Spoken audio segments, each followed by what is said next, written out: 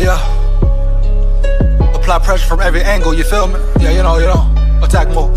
Never fold, man. Nah, never fold, never quit, yeah. Keep going, that's like, yeah. Now they gotta feel me, yeah.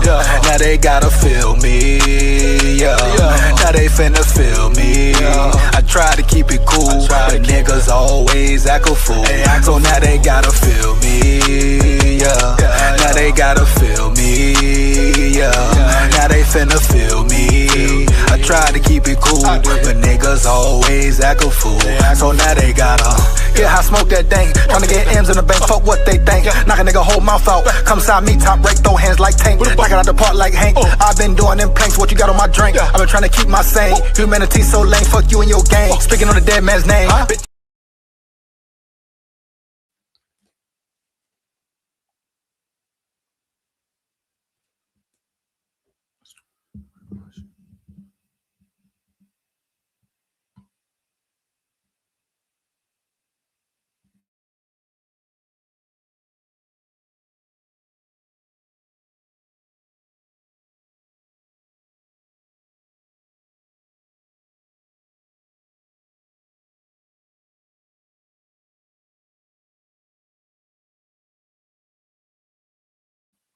SKOL VIKES, man. SKOL VIKES.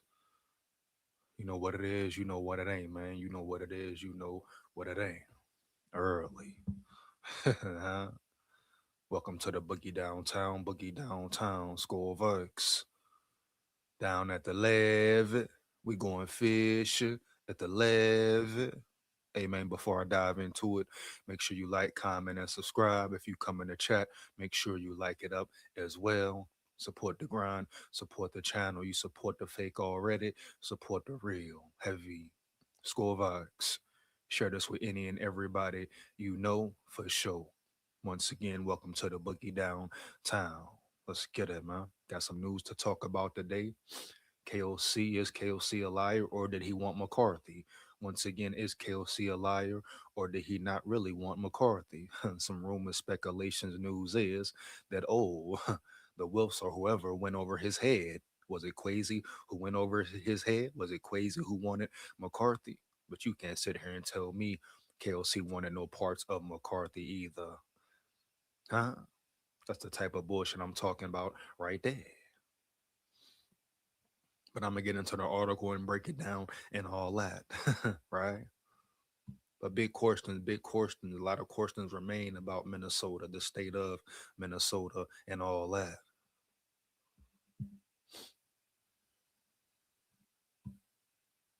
They talking about now all of a sudden he was overruled. KOC was overruled by who? But I ain't gonna cap, if he was overruled, if he didn't want McCarthy, then it all makes sense, even though he's a pure liar, period. He still tried to sabotage McCarthy, still speaking bad about him, still having problems with him, issues, not putting his not putting his best time in, his best effort in with him still. Sitting on the podium lying, talking about his growth, about growth and development. Whole time he's trying to get McCarthy out the building. All right, cool, bet. But don't sit up here and keep lying, acting like you care about McCarthy for real, Holmes. No cap. Then we got some Christian Wilkinson news to get into. Could the Vikings possibly land Christian Wilkins? No, didn't he stop playing football last year, or did he come back? Wasn't it Wilkins who stopped playing ball last year, or did he return to the league? Let me know. Fire the chat up once again. Fire the chat up, bro. Let me know. Heavy. Then DJ Rita, some more rumors, speculations, and news about the Vikings potentially trying to sign DJ Rita as well. You ask me, I like it. If they can get both of them, bet bring it. Much more of an improvement than Jonathan Allen and Hargrave were. Now I'm gonna look up DJ Reader's age and everything, Christian Wilkins as well, see how they're playing and all that. But off rip, DJ Reader, Christian Wilkins, definitely an upgrade from Jonathan Allen and Javon Hargrave. No disrespect to them, but it is what it is. It ain't what it ain't, homie. Heavy. You know, but at the end of the day, it's about the trenches. It's about the trenches, baby. No cap. You always look to build your trenches. And if they can land one of those guys, then land big in the draft on a defensive tackle as well, a real juggernaut, preferably Caleb Banks or Lee Hunter, or shout out my dog Tim Keenan. But I ain't gonna cap and act like I'm taking Tim Keenan over Lee Hunter or what's his name, Caleb Banks. Hell to the no. I'd be capping, you know. I hope my dog Tim Keenan perform well. If he became a Viking, definitely would be happy as hell. But I'm taking Lee Hunter, Caleb Banks, maybe a couple more defensive tackles over him for sure. But don't sleep on Tim Kennan either though. Roll Tide full of pride, roll tide. Some may call him undersized, but he's fast and he's strong. With the right development, right growth, he could be a real dog, right? I mean, we've seen undersized nose tackles perform well before. Matter of fact, didn't the Detroit Lions have a couple undersized, so-called undersized nose tackles at one point when they made their Super Bowl run or their NFC Championship run that year versus the Niners and all that? So let's not get carried away. Understand you want the big bodies, but it's good to have quickness and agility up there as well. Now, if you have all three, it's a definite plus. You can go crazy with your defense and watch how Brian Flores goes crazy with his defense, baby. Huh? Shout out B Flow. People Corsten and Flow, huh?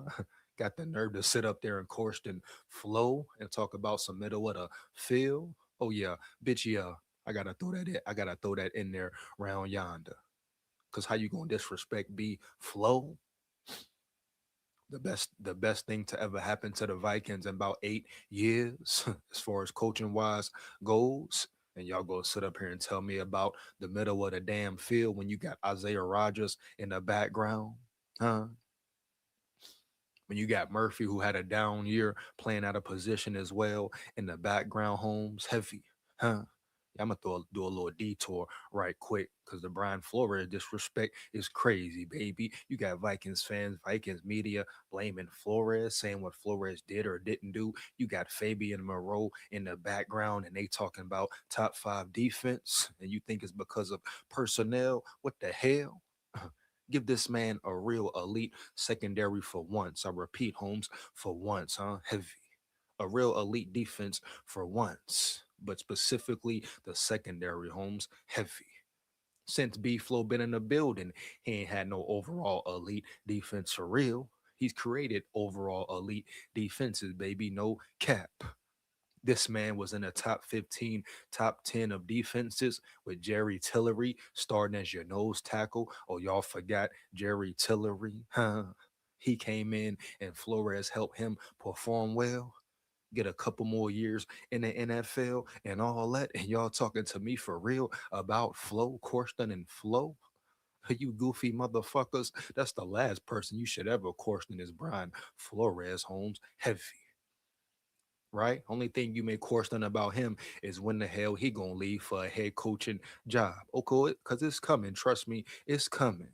Oh yeah. Oh yeah. And the way he been carrying KOC and carrying this offense homes for years on top of years in a row, oh, it's coming for sure. Here we go. Make sure you come in the chat. You like it up. Once again, support the grind, dog. Support the channel. Takes less than 1 second. Why not? You support the fake already. Support the real. Yeah, let me say it again. You support the fake already. Support the real. Here we go. SKOL VIKES.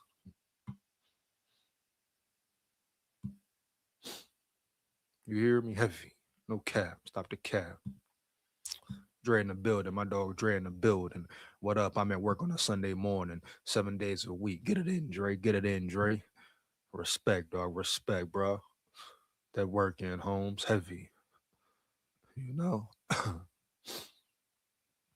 Say 7 days a week, he try and get it, man. He try and get it. You know what I'm saying? A better than being on the streets, Drake. You hear me, homie? Heavy. You know what I'm saying? Out there in the streets, hunting around, creating mischief, being around trouble. At least you're working, homes, you know? Respect, dog. No cap. Here we go.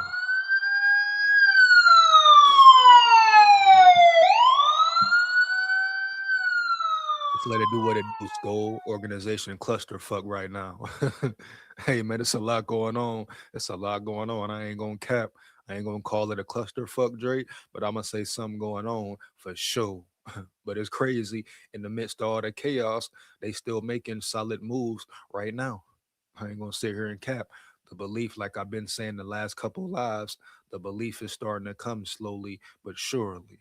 But they still got a lot more work to do, and I ain't gonna vouch for them yet. But that they made some pretty good moves so far in free agency. I ain't gonna cap.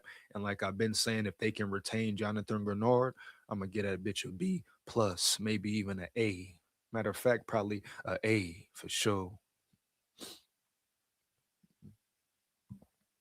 For sure, man. Charles in the building, Charles Allen in the building. What up, big dog? Looking forward to seeing how the Vikings draft this year with Quasi out the building. B Flow should be the head coach. O'Connor was a liar and a fraud. Oh man, Charles coming in hot. Charles coming in hot off the rip like the chip, dog. You know? Charles shit in Minnesota. He ready for a ring, huh? He ready to ring me, huh? Heavy. Hands down, man down, bottom line. Period. Score vibes. D Woods always disrespecting B Flow. Well, he's cap, Dre. Straight up, Holmes. Period. Straight up cap. And whoever else disrespecting Flores is cap as well. Ain't no way you can sit here and disrespect Flores for what? What the hell could you possibly say about Flores? What, maybe he doesn't make the right adjustments at times, but what the hell is his defense doing majority of the time? Did you not see how this defense was playing versus Detroit? What they did to Detroit, what they did down the stretch, last stretch of the season, Holmes, huh? This was a Super Bowl caliber defense. And guess what? Didn't no team want to see that defense in the playoffs, but the offense just couldn't get right. Hell, he want to talk about flow, but not KOC. What are we really saying about flow here? How about you give B Flow the personnel he really wants? Matter of fact, give B Flow the personnel of the Houston Texans. And let's see if the motherfucking middle of the field homes will be wide open ever. Huh? You talk about put Brian Flores as the DC of the Texans, huh? They will have the number one defense in every category. I repeat, the number one defense in every category, baby. No cap. Shout out D'Amico Ryans, respect, roll tide full of pride, all that there. But he's no B Flow either. I repeat, defensive minded, defensively sound, huh? Defensive IQ of the game. He's no B Flow either. Matter of fact, it's not even close, Holmes. Early. And they talking about what, Dre? They trying to say what, Dre? Come on now. We know what it is. We know what it ain't. Come on, man. Some shit just be downright crazy. But they want to call Kyler Murray K1. Huh? Huh? You know what I mean? Early, dog. And he's some shit. You know what I'm saying, dog? Shout out my dog Maul out of Maryland. He's some shit, Holmes. That's that Maryland slang. You hear me? Heavy. He's some shit, though. No cap. Huh? Ain't worth about nothing. And they want to talk about Kyler Murray, oh, K1, K1. You don't even know the man talking about K1. He ain't took one snap. K1 what? Motherfucker, that's an Arizona nickname, baby. His name Kyler Murray until he do something. Until he do something, bro. Huh? JJ McCarthy, 9, huh? He earned a nickname, dog. He earned a nickname. He earned the right to say 9 Holmes, JJ Holmes. What y'all talking about? He put that work in on the field where it's real. Ups and downs, all that. He was a dog and he was a dog and he fought all day, all night. He gave you his all, even with a punk chump head coach leading him, sabotaging the man from John.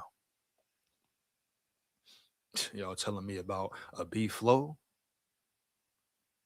Come on, bruh. I bet you like, damn, how do I live all the time? I'm a Viking. I don't give a damn. Let's go, man. Shout out Dre in the building, dog. No cap. Let's get it, bro. Let's get it.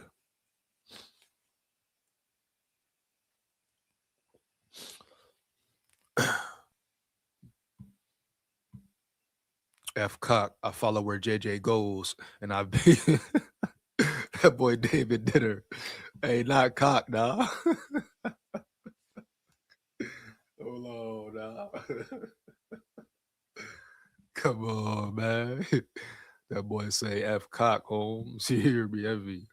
Shout out David Dinner in the building.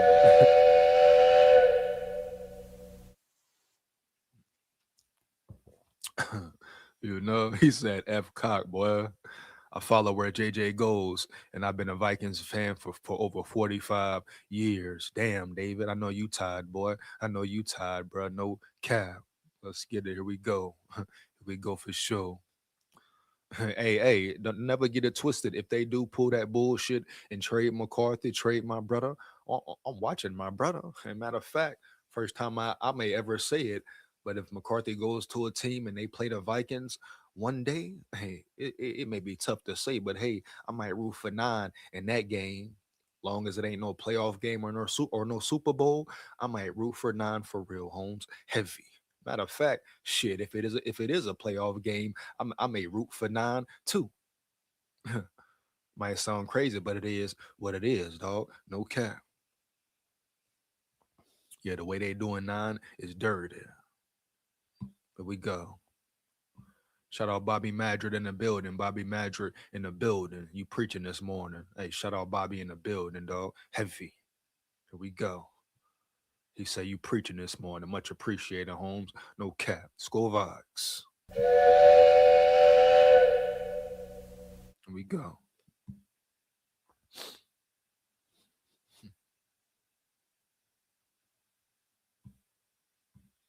Everybody called me stupid, crazy, etc. So I've been chilling. I know how this organization work.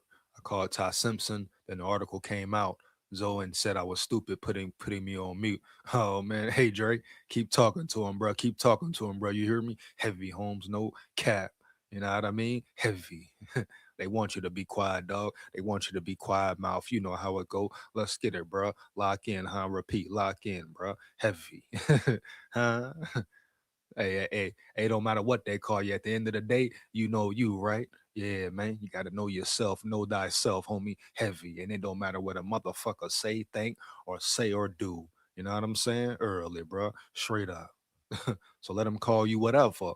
Hey, keep saying how you feel, homie. Just keep it real. No cap. Here we go.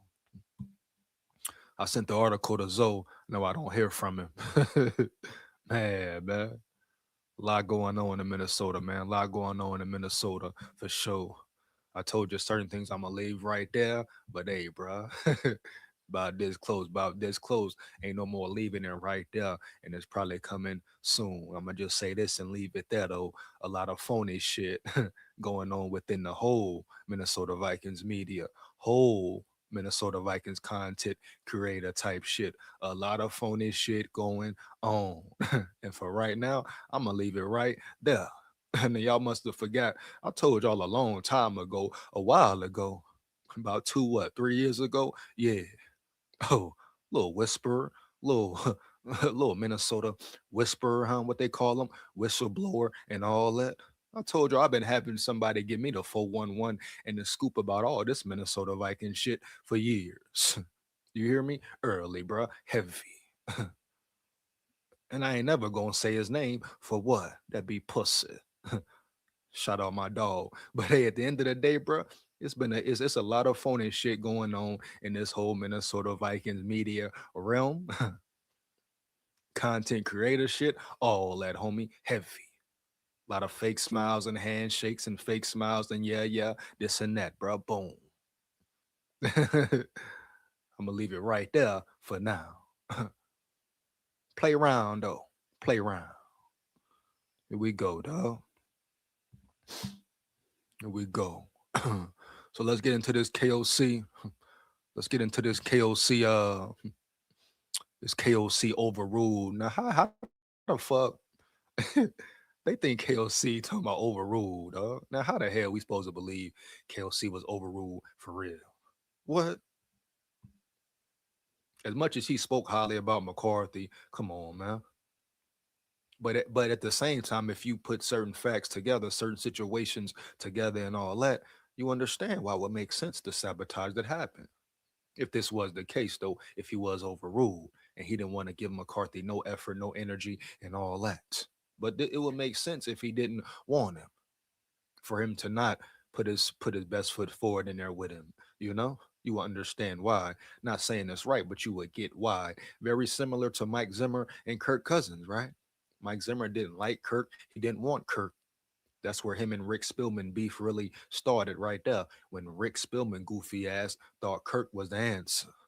No, you could have kept Case Keenum, Holmes, and built around Case Keenum. Case Keenum would have gave you 2 more good years for real. But they bring in Kirk, lose players. you know, Kirk ain't shit. You find out who Kirk is first year in, and it went downhill from now. Period. Bottom line. So if KOC was overruled in the McCarthy decision, then you would see why he did some of the things he did. Once again, it wasn't right if that's the case, but you understand the angle he was coming from as well, Holmes. Period. Hmm. But I don't believe it. I think they're trying to save KOC once again, bro. I do not believe it. And if so, tell them drop names. Who overruled KOC? Period. Was it the Wills specifically? Right? Was it Quasi? Who was it? Period. Tell them come out in the front. Bottom line. But I'm not buying it at all. Seems like they're just trying to paint more of a narrative so they can get McCarthy up out of there round yonder. It's never been about growth and development, and you would understand why, Holmes, period. Especially if he was so called overruled. huh? Come on, bro. Stop the cat for real. I think they're gonna trade JJ and draft Ty Simpson. I can see that. We're gonna get into it, man. We're gonna get into it, Dre, for sure. Hey, you know the funny thing is, Holmes, huh? You know the real funny thing is, dog. No cap. We're gonna find out eventually. you know, Dre, we're gonna find out eventually, Holmes. Time will tell. Cause guess what? They can't run forever. They can't run from next season forever. Cause guess what? September what? 8th, 9th? Oh, it's time to strap up and lock in. And it's gonna be time for the head busters to come out. Yeah, KOC can't hide forever. You know, Kyler Murray can't hide forever. Yeah, period, bro. The Wolves can't hide forever, Jack. Straight up. They're going to have to get down and play ball eventually. The season will be back again. Oh, yeah, score Vikes. And then guess what, Dre? We going to see what's up for real. Draft coming up. We're going to see how it all pan out. You know? they know it. They know it. they know it for sure. DOD2 Black in the building. He say, "SKOL Vikings, man. SKOL Vikings. What up, my big dog? What up, my dog? You hear me? Early. Heavy. Let's get it. Let's get it, man. Wait, give me 1 second. I'm going to break the. We're going to get into this KOC article. They talking about KOC. KOC didn't want 9 now. He was overruled now. Come on now. Who they think they fooling, man? For real. Yeah, they just trying to protect KOC ass, trying not let make him look bad and all that. Straight up. We're gonna see though. We're gonna see for sure. This shit is crazy round here. Mm-hmm. KOC, man. Good old boy. KOC. What's happening, Holmes? How you doing, man? Them pockets fat, huh? Them pockets fat, huh? KO. Long as you safe, right, dog? Long as you safe, right, Jack? You will throw your own man under the bus. You will throw your brother under the bus, huh? Heavy. Long as you right. Long as your pockets stay right. Oh yeah. And your job is intact and all that. Look how you do your quarterback, KO. You disrespect your young quarterback, and you want to sit up there and talk about and smile and giggle. Huh? Yeah, bruh. I'll smack you in your face, make you have a sniffle, dog. You hear me? Heavy. Come on, man. Come on, punk chump. He's sitting up there acting like, oh, yeah, dog. It's about growth and development for McCarthy up there at the combine, straight line. Here we go. Kevin O'Connell was overruled on Vikings QB. Decision insider says, wow. We shall see. We shall. Here we go. The blame game is still being played over Minnesota's 2025 quarterback decision disaster. Right. The world is still searching for the right person to blame for the Vikings fumbling of the quarterback situation last year. Sam Darnold and Daniel Jones left as free agents, and they allegedly passed on Aaron Rodgers in favor of J.J. McCarthy. Was it former general manager Kwesi Adolfo-Mensah's fault? Is head coach Kevin O'Connell to blame? Huh? Both of them, the Wilfs, while it remains a bit of a mystery, Pro Football Talks Mike Florio said something Wednesday that, if true, might help a jury find O'Connell not guilty of the quarterback crimes. So here we go. Mike Florio again. He talking about Mike Flo, fake ass Vikings fans, Mike Flo, and all that. Come on, bro. But I ain't gonna cap. Sometimes Florio do be tapped in with certain news and rumors and speculations and all that. Huh?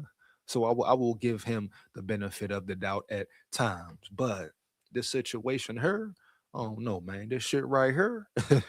Yeah, I don't know, bro. Florio may be capping for a story. It get gory. Here we go. As I understand it, O'Connell got overruled. He wanted to have Darnold or Jones or Aaron Rodgers, and he got overruled. Wow. Florio said. They said no to Rodgers, that I think gulled O'Connell the most, because I think they thought they had something special with Jones. Oh, wow, bro. I'm gonna tell you this here. If this is real, and he was really overruled by whoever, oh now it's starting to definitely make more sense of why he is the way he is and did the stuff he did. Now he's still a punk chump, even if that is the case. Why? Because, as a man, as a head coach, as being a so-called QB whisperer and great leader of men, he made the same mistake Zimmer did. Instead of work with Kirk and make the best out of the situation with Kirk Cousins, right? Boom. Mike Zimmer said, fuck it, I'm out. I don't want to talk to you, kick it with you, skate with you, watch film with you, none of that. And it's funny, ironic. When did we start hearing about this Kirk Cousins not working on Tuesday shit? That's when KOC came in the building and allowed it, right? Right. So boom. Shit. In this case, I don't care if he didn't want McCarthy. He's the same. He doing the same bullshit, toxic shit that Mike Zimmer did to Kirk Cousins at the end of the day. At the end of the day, it's your job to put your quarterback in the position to win. Period. Now it's looking like sabotage for real. Once again, like I say, if this story is true, allegedly. But I'm gonna find it hard to believe that KOC wanted no parts. You saying no parts of JJ McCarthy? That's capped to me right there. All eyes. Straight up.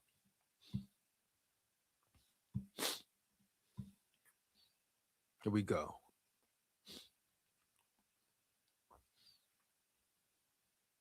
But if we talking about blow it and letting guys walk out the door, and you saw how Daniel Jones went and performed, how the Colts just re-signed him again or signed him to a 2-year, $88 million deal. He's getting a Guapino Federale, Fettuccine Linguine, Machismo Denali, and all that. So it was something there with Jones, definitely. So I will understand why KOC would be mad per se. I mean, I can give him that credit. If he didn't want McCarthy, he didn't want McCarthy. So I understand him being frustrated with Kwesi letting Daniel Jones walk out. And I repeat, and Sam Darnold walk out. when you could have franchise tag Sam Darnold Holmes and all that. So I definitely understand where KOC would be mad at, or what he would be mad about. But what he did, what he's doing to McCarthy doesn't make it right at all. And for that, he's still a clown per chunk. Heavy.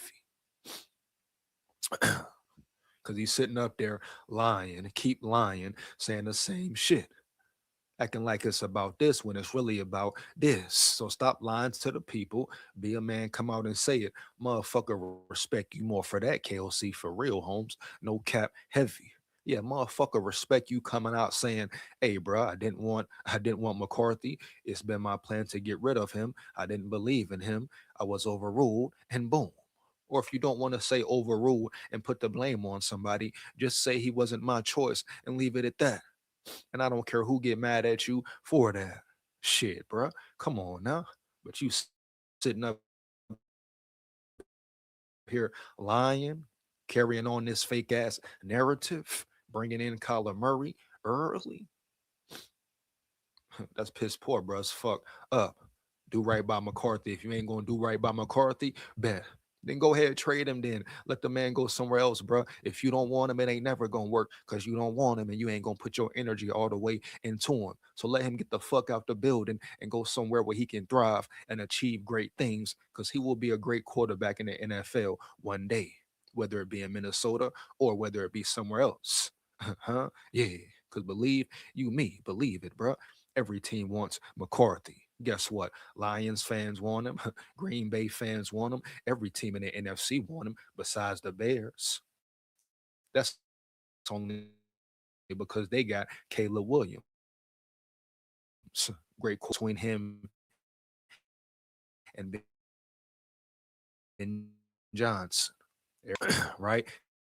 His first season. Oh, he's not ready. He's not ready. He can't do it. He's not this. He's not that. Oh, he throws too many picks. He makes bad decisions. Boom. Ben Johnson comes in, changes the whole narrative, changes his whole game. Not trying to change the man, changing his motherfucking game. Huh? Never once did Ben Johnson try to change who he was as a man, him being himself early. And that's why Caleb Williams plays so motherfucking hard for him week in, week out, around that bitch. You know? Real energy, real spirit, Holmes. Heavy. You got McCarthy, 22-year-old, getting done wrong by this punk chunk. Huh? Little bitch. Huh? So I don't care what their excuse is. I don't care if this news may be true. Guess what? What they doing to McCarthy is dead wrong. And it's been wrong from John. Yeah, for sure. And this goes back to when he was injured and all that. Before and after, baby. Yeah. Huh? Here we go. Hey, the way I heard it, there was a chance Darnold was going to get benched during the playoffs last year for Daniel Jones. Florio continued. They put him on the active roster late in the regular season for a season. They really wanted to keep Daniel Jones. Wow, bro. Wow. Hmm. See, these are the questions that have to be answered, right? I repeat, these are the questions here that must be answered. Make this shit a lot more clear. Here we go. Even Adolfo Mensa, before he was fired on January 30th, lamented the handling of Jones, who reportedly had an offer on the table from Minnesota before he bolted for the Colts, where he allegedly felt he had a better chance to win the starting job due to the Vikings' strong belief it didn't fully believe in McCarthy. Big facts, no cap. Ahead of last season. If it's true that he was overruled, he told the company fine and didn't throw Adolfo Mensa or anyone else under the bus. And you got to respect him for that, of course. It's not always about just bashing KOC. But like I say, bro, if he was overruled, he kept everything in-house for sure. But sometimes I wish they would stop keeping it in-house, Holmes. Heavy. Shit, let it out. Fuck it. Yeah. Bitch, yeah. Instead, NFL insiders are doing the talking. They fired the GM because he had Sam Darnold, Daniel Jones, and an interested Aaron Rodgers in the building. And he said, no, we're good with JJ McCarthy. And kudos respect to Kwesi as well. Now, the way he handled the veteran quarterback position was piss poor, atrocious. You got to have a quarterback in there from jump who can compete and push McCarthy. And at the end of the day, if it was about collaboration, which here we go, the same thing with Zimmer and Rick Spielman, correct? It was always a certain friction. It was a certain turmoil from certain decisions that were made previously, right? Certain things Zimmer didn't like, some certain things Spielman didn't like, and it caused a rift between them that no one really knew about until later when they were both gone and all that, right?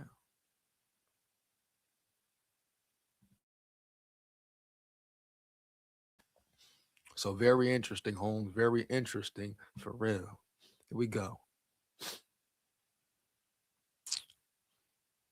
We go. They're not going to make the same mistake twice. ESPN's Peter Schrager said after Adolfo Mensa was fired. Wow. Now here we go, man. It's getting interesting, dog. It's getting real interesting for real. Like I said, Quasi could have definitely just flat out fucked up. If we're being real, Quasi been fucking up the draft since day one.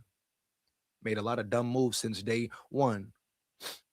So is it starting to add up, or are we starting to see why Quasi may have been fired? Like I say, if this is not a ploy to protect KOC, you have to ask those questions as well, of course. But this here, if this is true, you understand why certain things happen the way they did. Period. No way around it. And guess what? The whole collaboration talk, baby, was bullshit. From off the back, huh? Shout out for extra off the damn bag. Yeah, man. Bitch, yeah. That's what you telling me here, Holmes. For real. you know? You know? Be real with it, man. You know? Come on.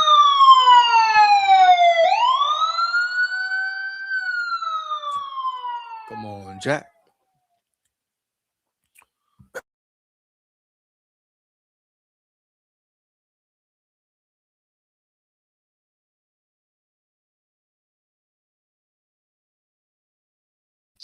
Be real, Jack. Yeah. Here we go. Diana Rossini, who pounded the drum about Rodgers signing with Minnesota last offseason harder than anyone, recently said on her podcast that she knows O'Connell didn't have the final say on roster decisions. Oh man, boom, here we go, here we go. And this isn't the first time Florio has suggested O'Connell didn't get his wish a year ago. Wow. I believe that last year, Kevin O'Connell was banging hard on the table to have an accomplished veteran to go along with JJ McCarthy. Recognizing that McCarthy wasn't ready to go out there and be the guy and that they needed someone else, whether it was Sam Darnold, whether it was Daniel Jones, whether it was Aaron Rodgers, Florio said in February. Here we go, huh? So who should be blamed? You can play armchair general manager with that decision until you're blue in the face. The only thing that matters is that Kyler Murray succeeds and O'Connell reestablishes himself as the NFL's best quarterback whisperer. Huh. Wow, bro. And like they said, it doesn't matter at all anymore, but it makes things very interesting. But from here on out, you know, it doesn't take away the fact how piss poor Kevin O'Connell handled McCarthy in general, period.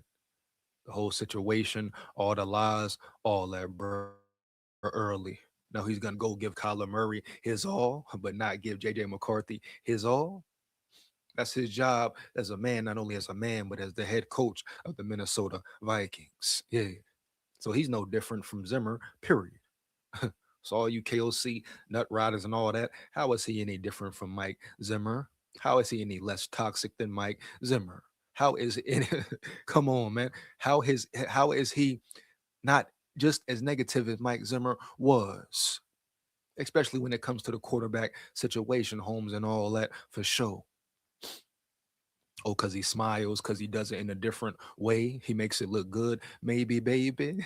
Huh? Because he puts on a great disguise, just like Kirk Cousins did. Oh, that's the Vikings way. That's the Vikings damn way. Put on great disguises all around that bitch. Not only the players, not only the organization, heavy. From the fan base to the media, you know what I'm saying? To the reporters, all that. Owners, all that. And they've been doing it for years. Period.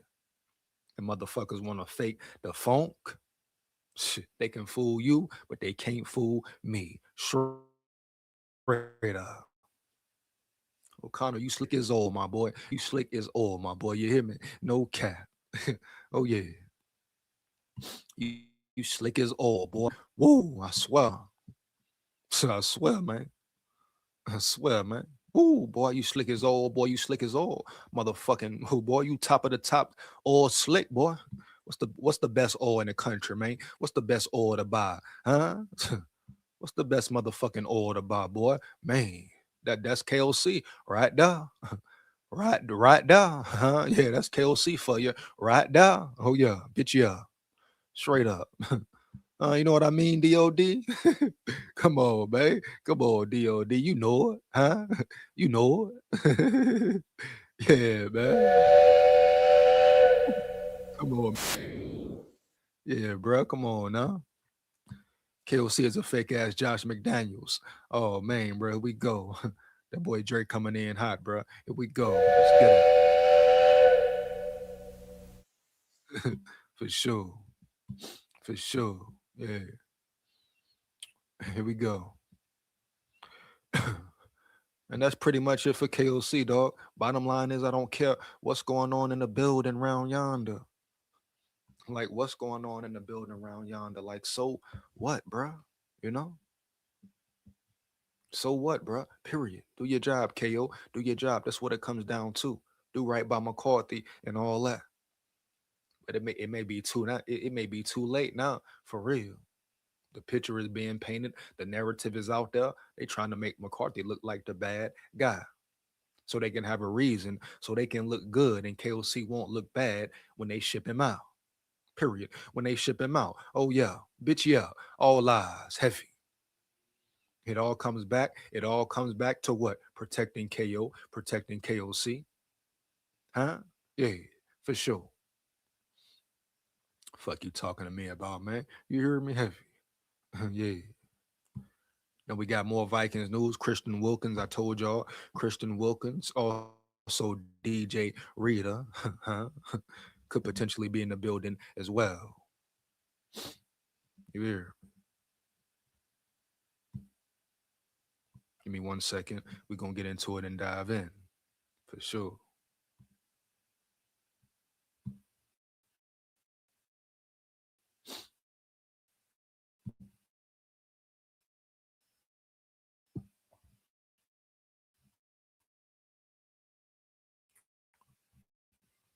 Here we go. Let's get it. And boom.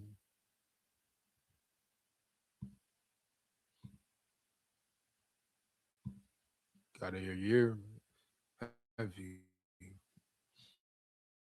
So, like I told you, the Vikings making certain maneuvers, potentially bringing in more players, maybe.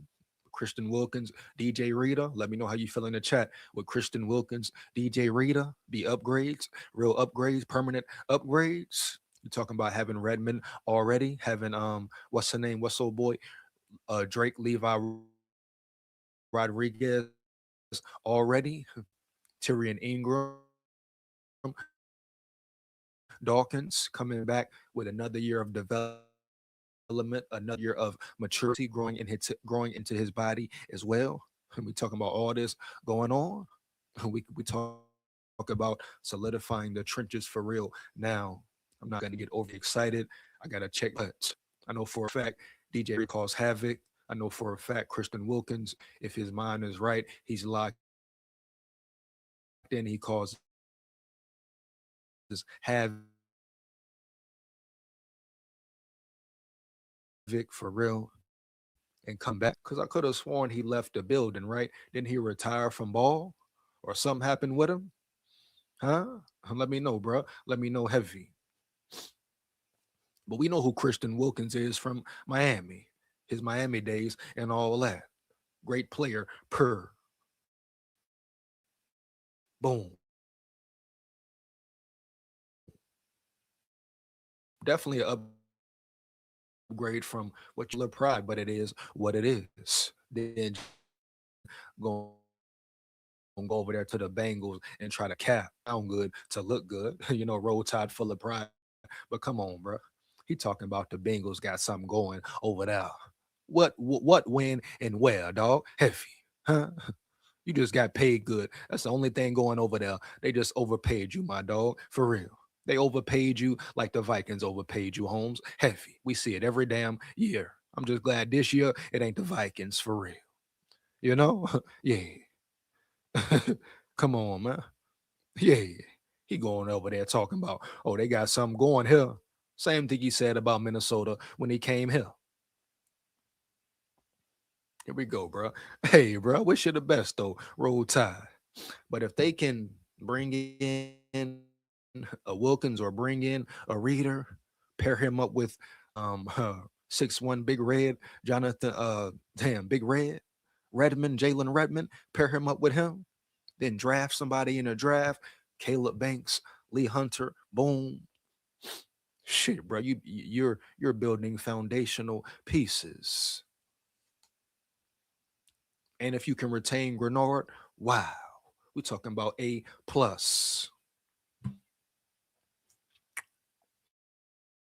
Here we go. Make sure if you come in the chat, like it up. I repeat, you come in the chat, like it up. Support the grind, support the channel. Heavy. SKOL VIKES. Here we go. Give me 1 second.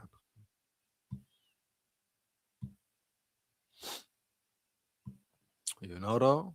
Crazy work, bro. For real. For real.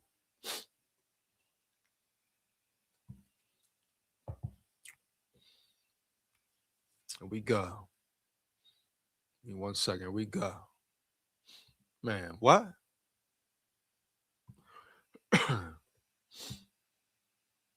Man, what?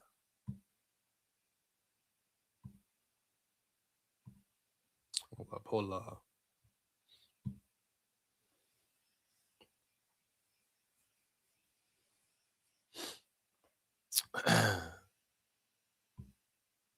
Nothing. Yeah. Down. The tone. 1 second, man. Here we go. Make sure you lock in with me. Come lock in with me. Probably dropping the link a little later. Lock in with me, Holmes. Heavy. SKOL VIKES. Here we go. Fuck are we on?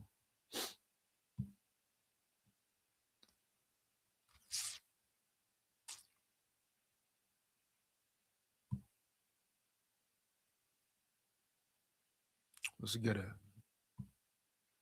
Vikings prime candidates for $110 million star defensive tackle amid Hargrave.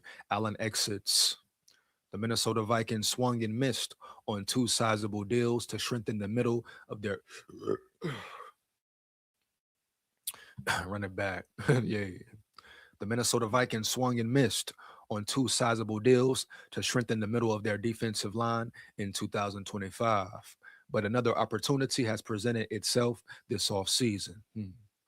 Minnesota cut ties this offseason with both Javon Hargrave and Jonathan Allen after inking the 2 defensive tackles to deals valued at $30 million over 2 years and $51 million across 3 years, respectively, last spring. Hargrave landed with the rival Green Bay Packers. Swiss cheese, baby. Swiss motherfucking cheese. Yeah, here we go. SKOL VIKES. We run the North for real. Here we go. Yeah. While Allen will play for the Cincinnati Bengals in 26. Meanwhile, the Vikings need to find suitable replacements for an area of the team that continues to be a weakness, and they have to do it at a reasonable price.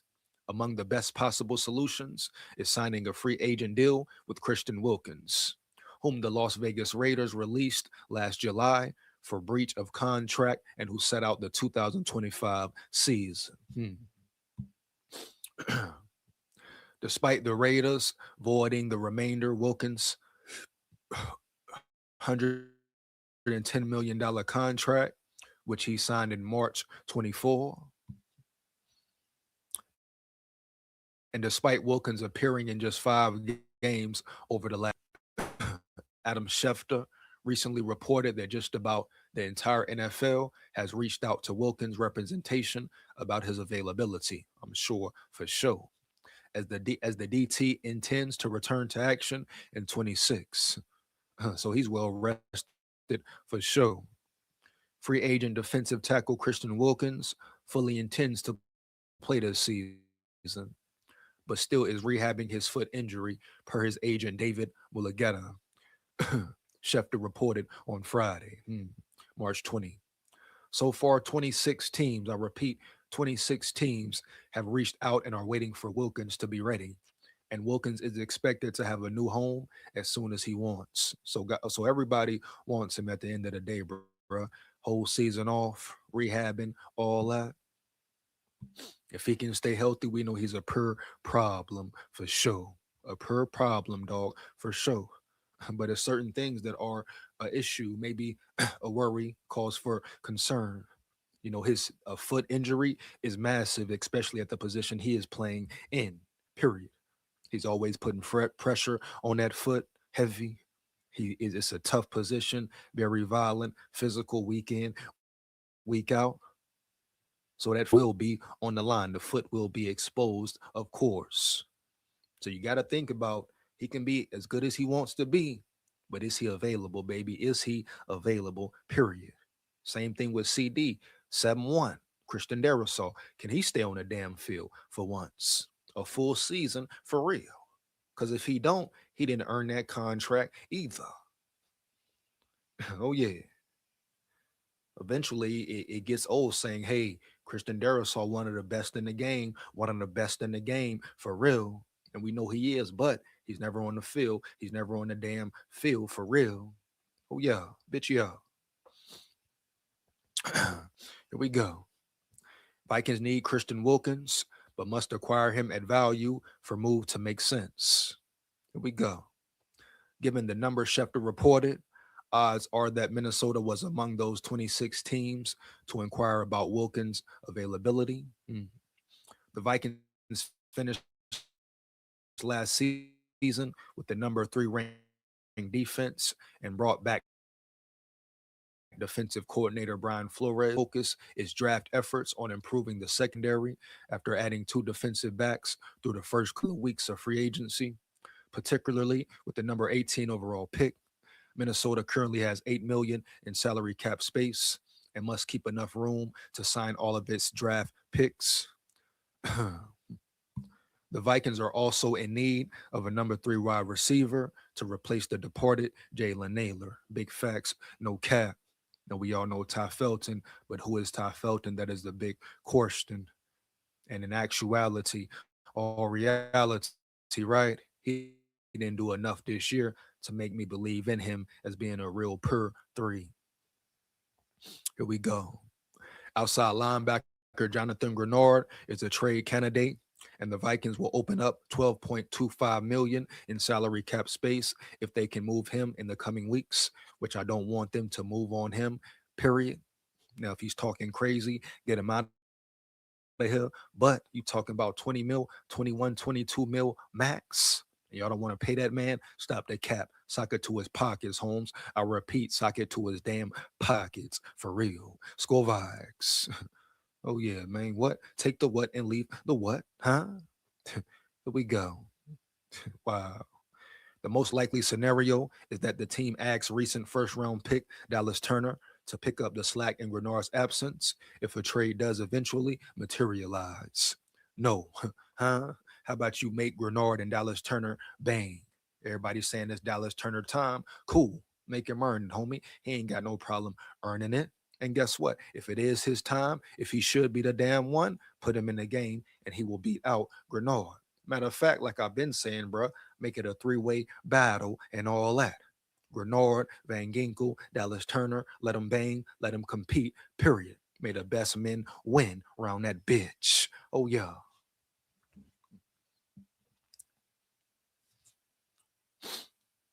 For sure. May the best man win.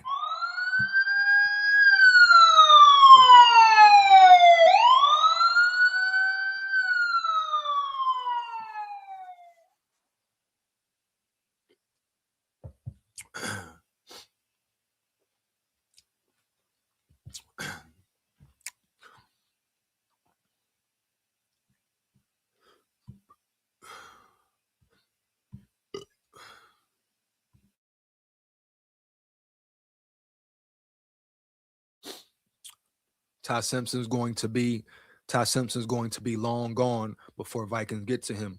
That's what you would assume, right, Alfred? Unless they're talking about him falling potentially or something like that. I'm gonna get into the article in a minute for sure. But how could Ty Simpson be available, period? Once again, unless they say he will fall to the Vikings in the later rounds. You know? Period, bro. But do you expect Ty Simpson to be there in the second round and all that, or third round and all that? Not for real at all. Roll Tide full of pride, roll Tide. Oh, it's all good, Alfred. Shout out Alfred in the building, dog. I knew what you meant. The building, Nala in the building. What up, EJ? What up? What up, Nala in the building? Let's get it. Let's get it. Sure. Like you say, what the hell is K1? lots of live Team 9 over here all day, all night, all day, all night. You know what it is, Nala. Heavy. SKOL Vikes. And shout out Nala, bro. A Detroit Lions fan, Holmes, for sure. Oh, yeah. You know? Let's get it. You know?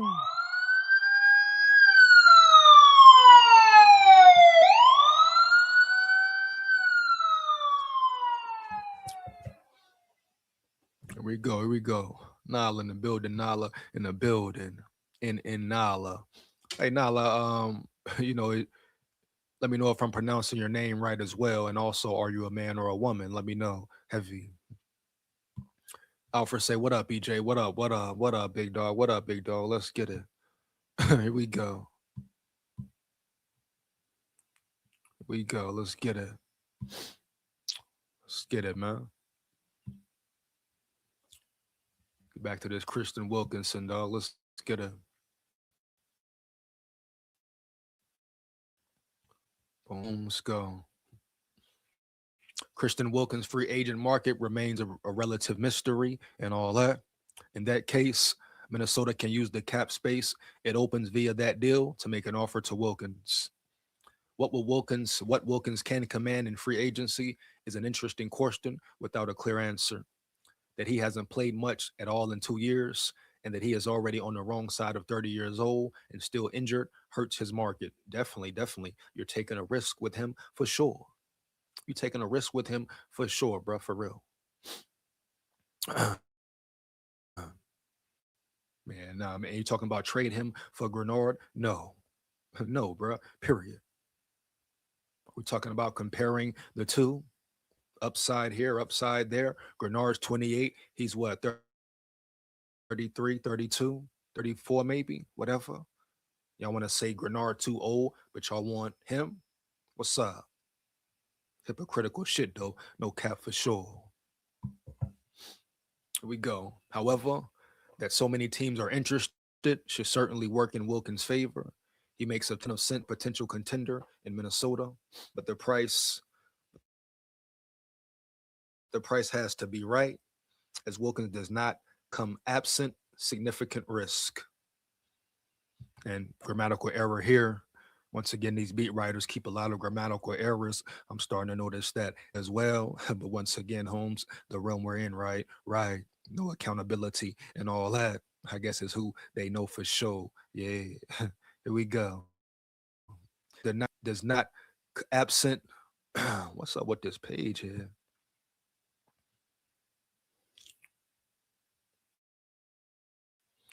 Does not come with absent significant risk. Okay.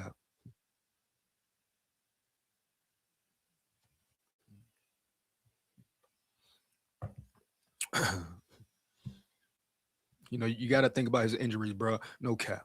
There's no way around it. Period. Yes, a player of his caliber, if you can get him, you get him. But I'm not trading him, swapping him for Grenard. What? Take the what and leave the what? Huh? Stop the cap. You know? Period. Bro, I didn't know KOC told Collar he sees him as a potential long-term option. If I was JJ hearing that, man, I don't know how I would feel. Come on, Nala. Come on, dog. Ain't that crazy shit? Crazy shit. That's why I'm saying, bro. So much stuff going on in Minnesota right now. Like that KOC article I just read, was KOC overruled for real? Now I think it's just deployed to protect KO. But if that's the real case, the real story, the real scoop in 411, you could understand why KOC was angry or is angry for sure. But it doesn't make what he's doing to JJ right at all. He's piss poor forward and he's a punk chunk clown in the boogie downtown. No cap. Score Vikes. Lock in, 9. I repeat, lock in, 9. Go win. Ain't it crazy though? Ain't it a trip, Nala? Come on, Holmes. Telling this man he's the number one off rip, or they can see him long term now? You absolutely correct.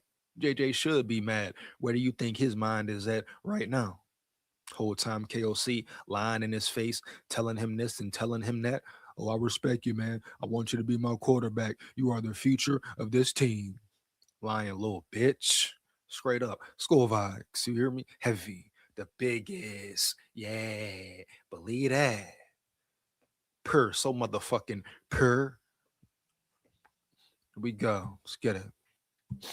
Correct pronunciation and the man. All right. Just had to make sure. Just had to make sure, Nala. Shout out Nala in the building. Heavy. And you know Nala is a Detroit Lions fan. So you got Detroit Lions fans understanding the talent that McCarthy has that he brings to the table, and you telling me here Vikings talking about doing him dirty. Oh man, gotta be a joke, man, for sure. Here we go. Some fans and Vikings acting like KOC is some offensive guru. Dude never had top 5 offense with Justin and Addison. Facts are facts. Come on, Nala. Let them know where the sirens at around this bitch for sure. Huh? Yeah. Ooh. Huh?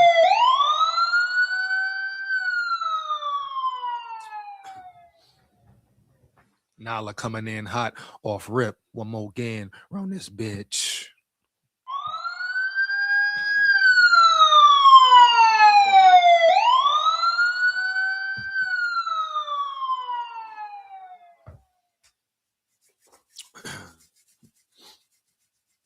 What's up?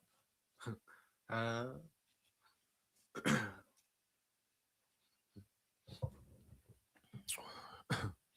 the proof is in the pudding. The proof is in the damn pudding. Real talk. Real talk. Real talk, Nala. Straight up.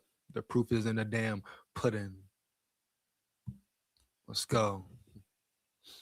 Go Lions. Trade him our way. Yeah, man. Shout out Detroit, though. No cap. Wild City. Wild City. EJ, if you trade JJ, what team do you want him to go to? Whoever, man. Whoever, bro. I don't care if he go to the north, the west, the east. I want him to win. I don't care if he even went to damn Green Bay, Holmes. I want him to win. Period.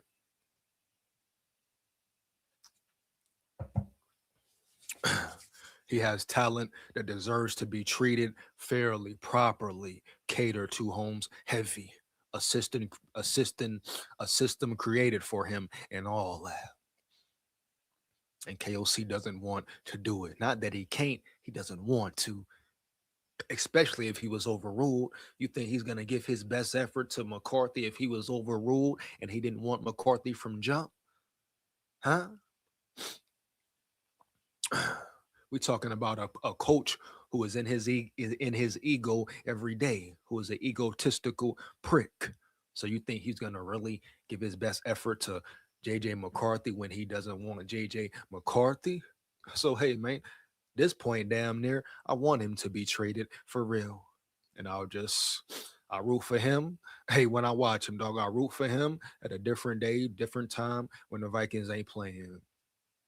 You know, ain't got no choice. But the best choice for JJ, if we talking right now, right? In order for him to reach the success he should have in the NFL as a quarterback, to him to really be put in a fair situation in the right environment, or he must go. If it's not a fair competition, he must go elsewhere heavy. Oh, for sure, bro. No cap. Tough to say it, but yeah, bro. In order for him to succeed, he won't succeed under that punk chump KO. KO focused on Murray. He want to give his all to Murray. You see how quick the fans dick ride Murray, nut ride Murray, and all that?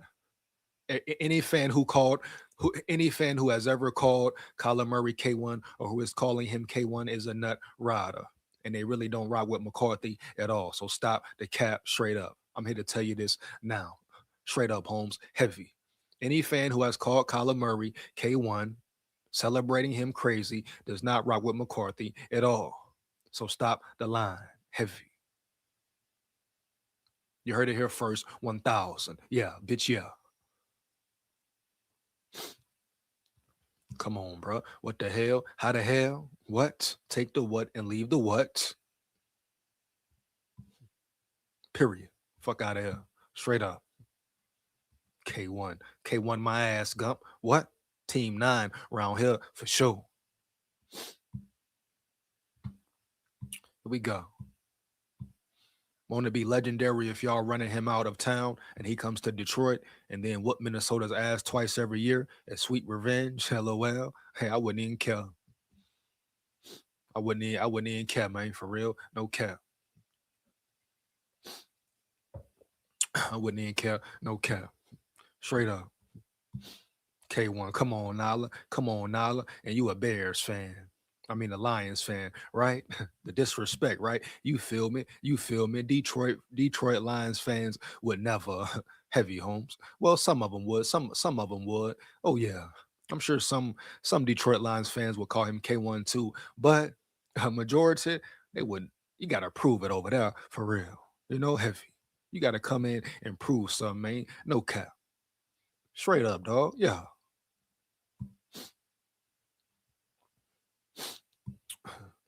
Zoe been saying K1, he's not a real fan of McCarthy, period.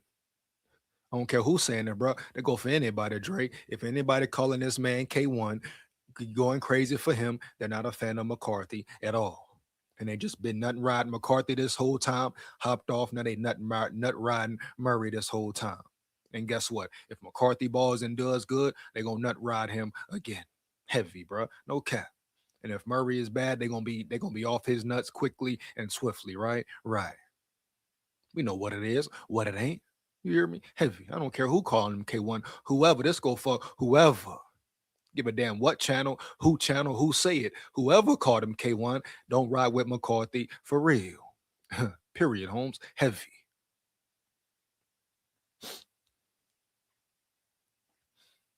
Yeah, bro. Period. The hell?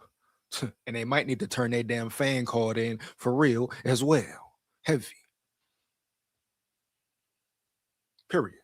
And if they don't like it, tell them come up here and let's talk about it and let's see what it is and what it ain't. Heavy. Straight up.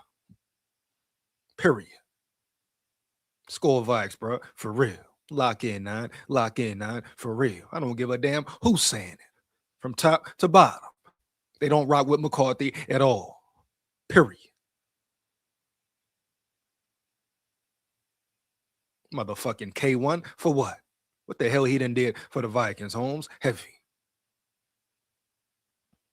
They going off Kyler Murray 3 years ago. What? What? Huh, bruh? Fuck out of here, bruh. Heavy. I don't care who it is, Holmes. Everybody. I don't care. Point them out, name tag, all that. Bang. Huh? JJ McCarthy gang. Bullseye. Bang. What up, bruh? The biggest like that. I'm really like that, yeah. Shit, yeah. Bitch, yeah. The fuck? You telling me, dog? Straight up. Heavy.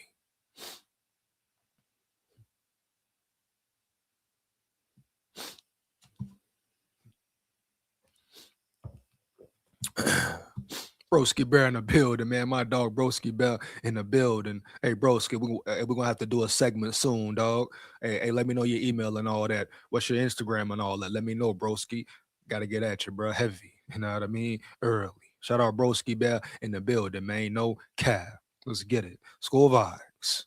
Even though he a Bear fan though, but it's all good. All love. He said KOC is Matt Nagy 2.0. Oh man, here we go. And we got a few people coming in hot off the motherfucking spot, right? Right. Here we go.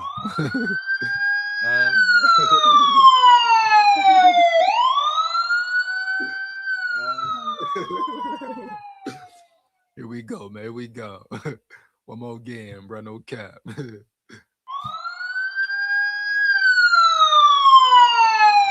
we go.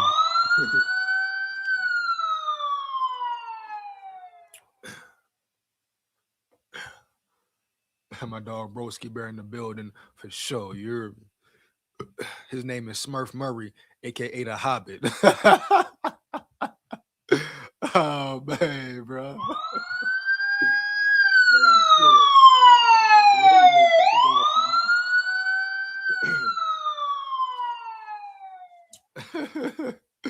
Oh man, bro, here we go.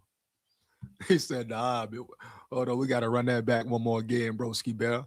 His name is Smurf Murray, aka the Hobbit. Come on, bro.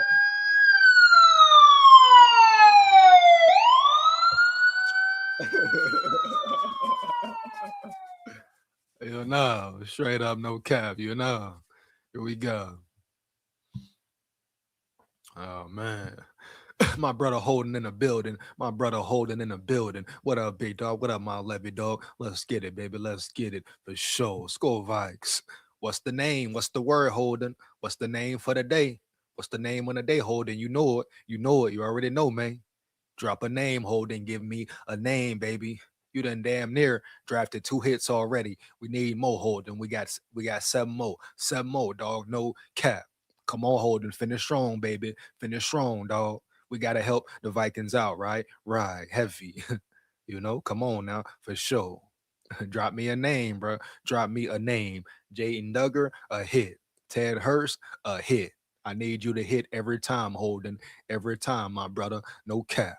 SKOL Vikes. Yeah.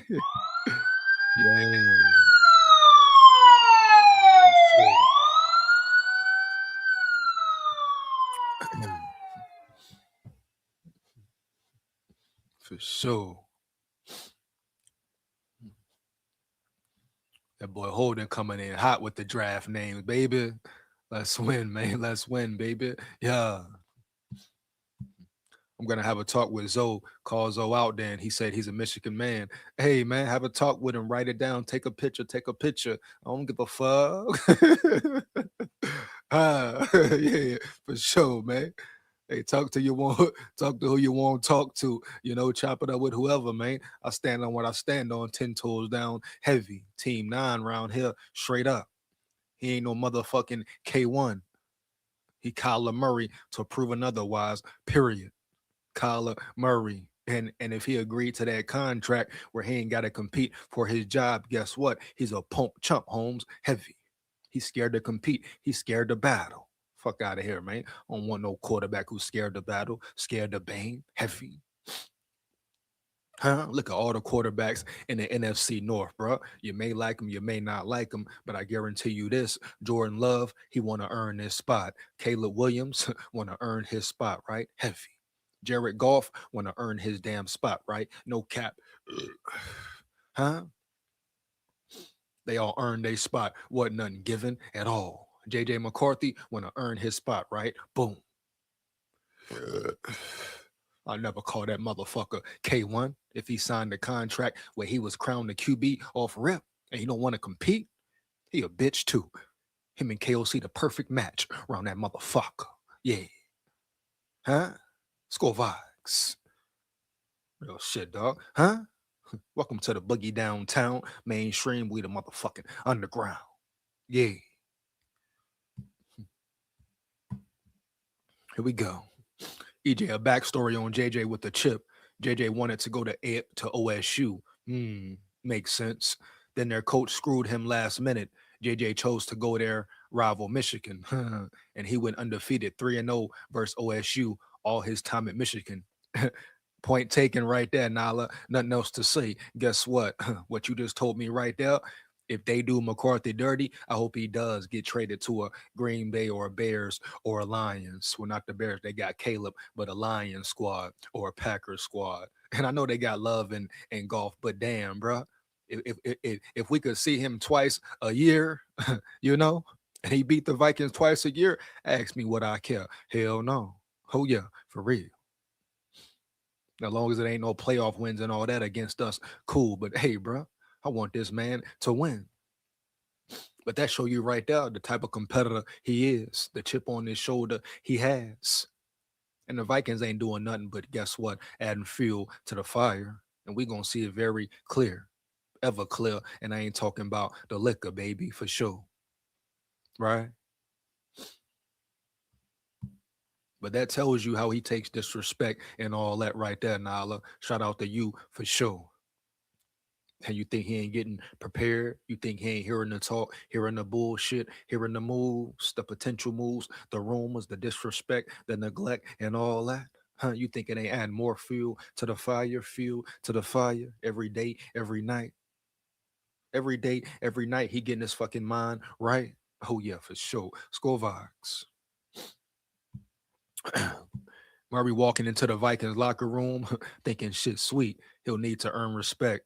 It's not just handed to you. There you go. There you go, broski bear. There you go, broski. That's what I've been saying, Holmes. Heavy. Where the sirens round this bitch. Broski bear coming in hot today again.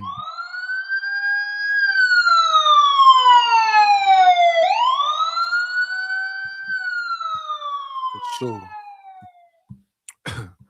Hey, that's what I've been saying from jump, broski bear.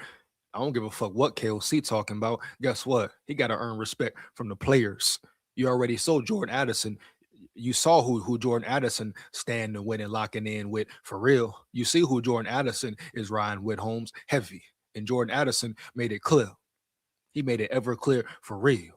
He took that bitch to Twitter. He took that bitch to the media, Holmes, heavy, where everybody's watching and all that. No cap. He said, believe in 9 gonna be a star. Stay down. So he stamped 9 for real. Like I say, bro, this the NFL. You can't just walk in there and have respect off rip. So like I say, I guarantee you the player's going to be looking at KOC real funny. I repeat, real funny. And he fuck around and do too much, he may lose the locker room before it even start. Because trust you, believe you me, they voted McCarthy a captain for a reason. They rock with him for a reason, Holmes, for real. Huh? He ain't just going to go in there getting love and respect off rip. He got to earn it from jump, period. So trust me, KOC going to fuck around and lose the team if they come around now and talk about Kyler Murray, the day one starter, and he ain't earned nothing. Or they trade McCarthy on some dirty shit. Oh, it ain't gonna go the way y'all think it's gonna go, because the players do have a say at the end of the day. And he may lose the whole locker room before the season even start if he pulls some bullshit like that.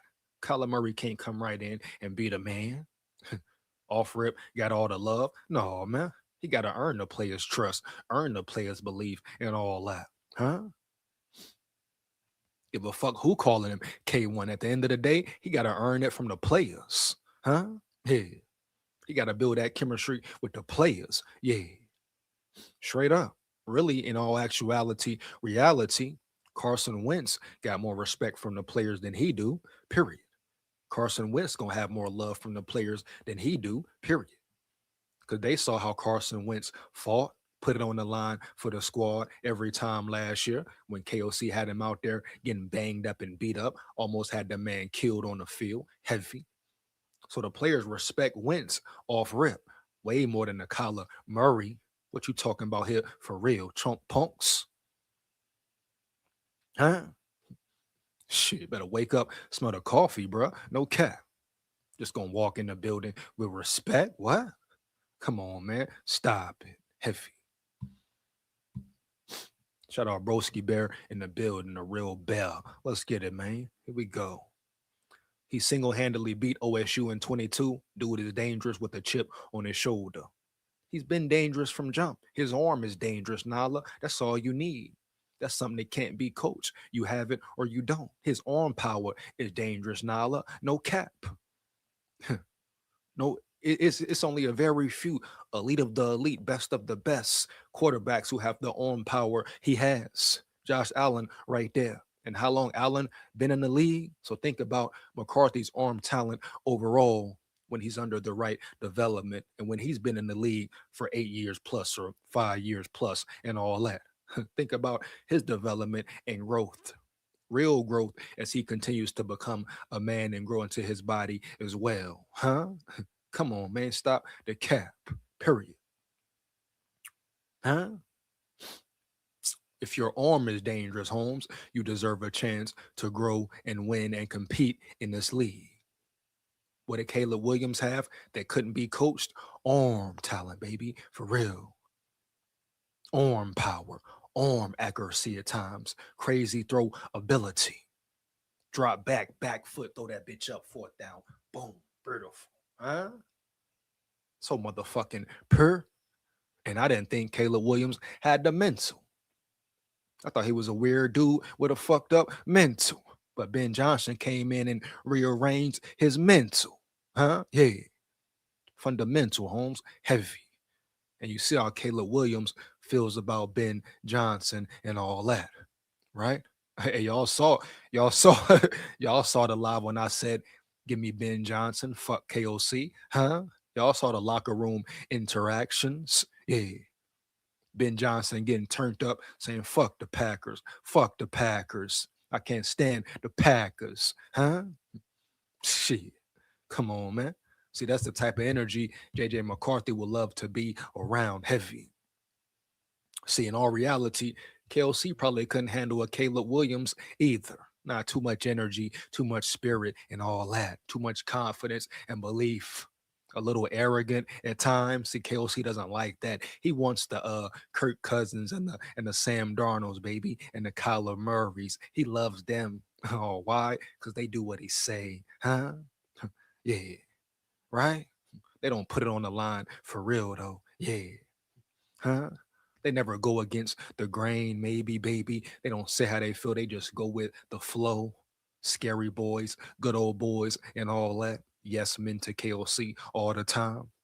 See, McCarthy shake shit up, man, for real. And KOC so dumb, he don't even understand the benefit of having JJ McCarthy as your quarterback brings to Minnesota, huh? And the whole, as far as sales go and numbers and all that. So the Wilfs all about the numbers. JJ McCarthy increases your numbers, of course. Yeah. Heavy.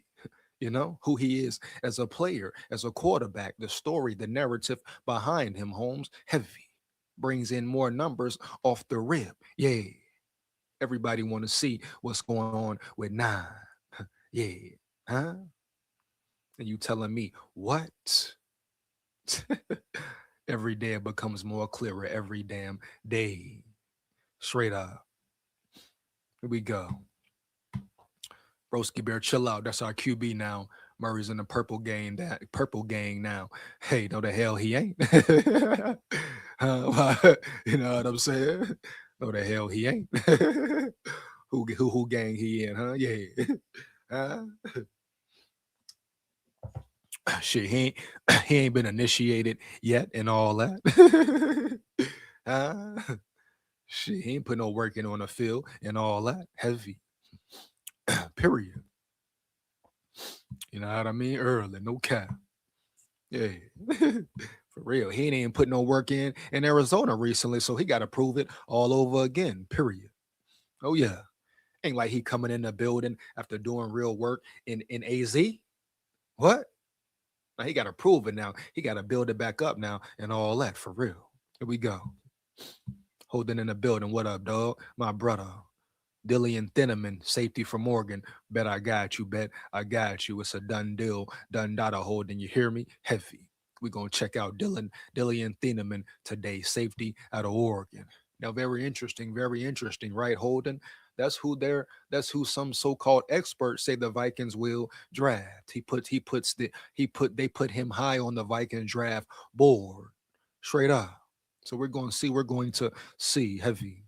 Once again, you come in the chat, like it up, like, comment, and subscribe. Share this with any and everybody you know for sure. Support the grind, support the channel, baby. You support the fake already, support the real. Let's get it.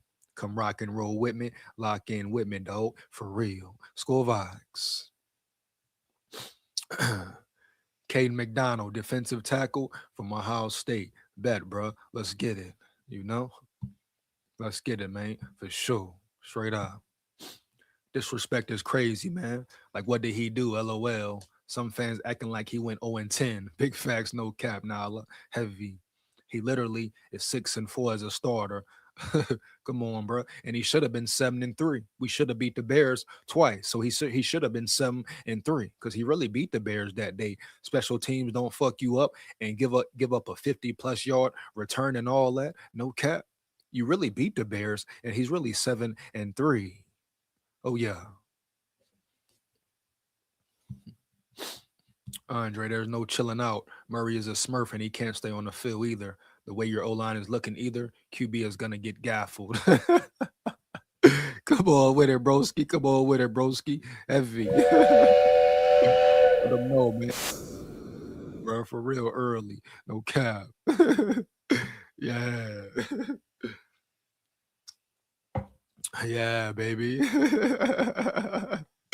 No cap, man. Come on now. Yeah, come on. EJ, the problem is Vikings don't like JJ's energy. JJ is different. Big facts. No cap. That's what I've been saying. That's what I've been saying, Nala, whole time. KOC can't adapt to his energy. He doesn't want to at all. He damn near scared of him for real. Oh yeah. He acts a lot. He acts with a lot of confidence. Yep. Has that moxie and dog energy. Yep. Players respect that. Facts. Hence, he captained his first year, but KOC don't like it. Big facts, Nala, for real. Big facts, Nala, for real. That's what it is.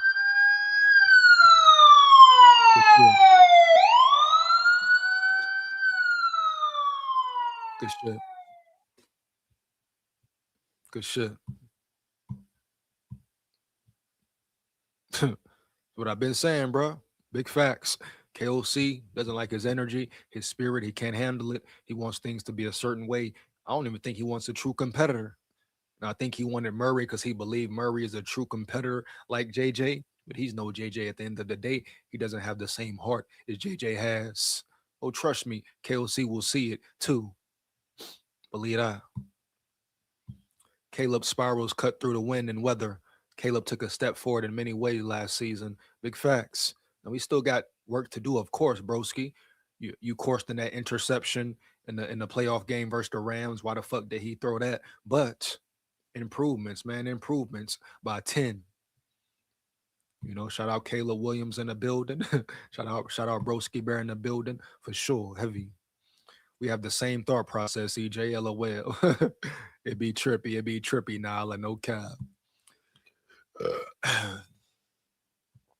Here we go. If we did draft Ty Simpson, I don't think KOC can't develop him either. He will be in the same position. Big question, right, Alfred? That's a big question for real, Alfred. Good shit. It's a great question, Alfred, for real. I don't like it, but he's in a purple gang now. They signed him. We're going to see what's up. Let's go. And why some Vikings fans yapping? JJ is made of glass. Dude is tough as nail, former hockey player. Like, didn't y'all see him putting his body on the line, running the ball near the goal line? Come on, Nala, exactly. Put his on the line, put his body on the line every damn time, for real. Every time, no cap. Tough as hell. Played a whole third quarter with a high ankle sprain. Played a whole 10 minutes with a concussion. Damn near. Come on now, Nala. For real, Holmes heavy. A whole damn near 10 minutes with a whole concussion on the field where it get real. And not once, I repeat, Nala, not once, right? No one talked about the horrific O-line play. All they had to say was horrible throws by McCarthy. But they don't talk about the beautiful corner throw he made, the perfect throw that only a small percentage of quarterbacks in the NFL could have made for sure. They didn't talk about that at all.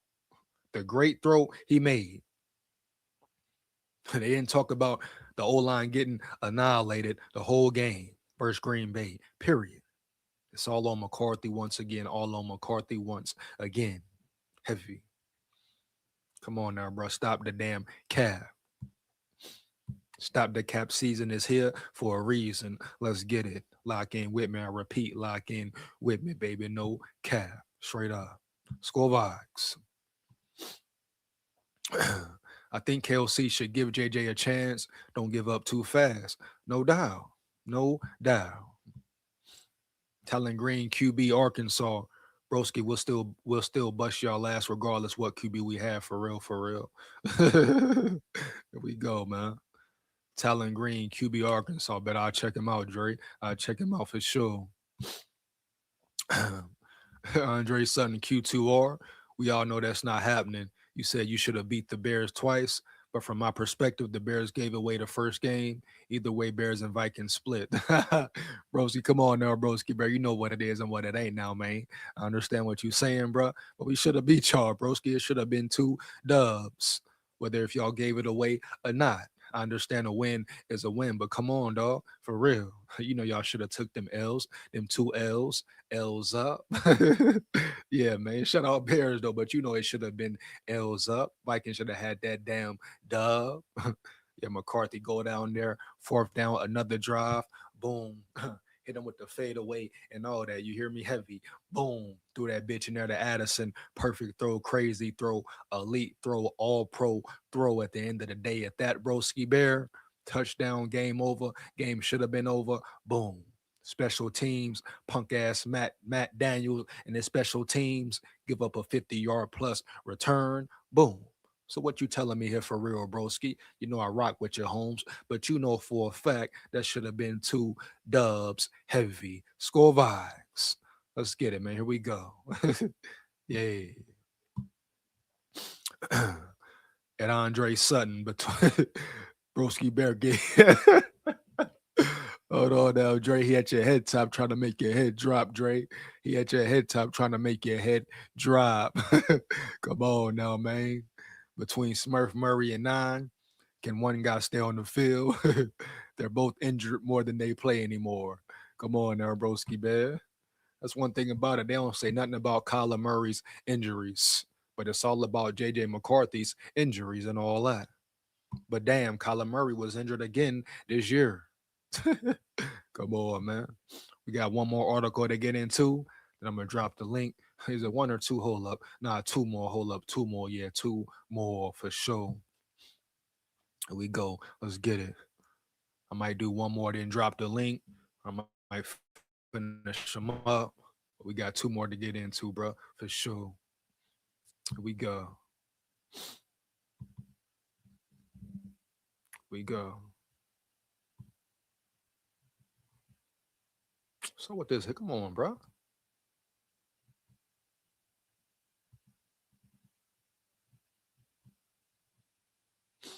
Come on, man. Here we go.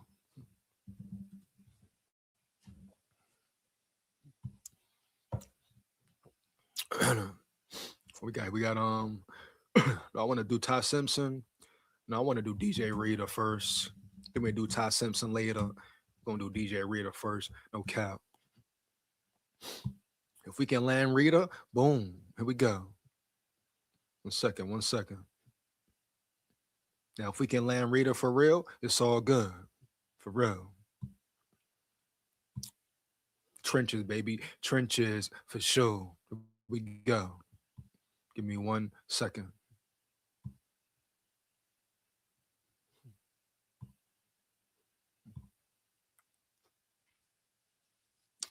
One second, Holmes. 1 second. You hear me, heavy?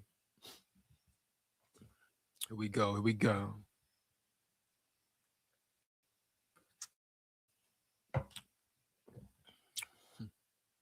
Here we go.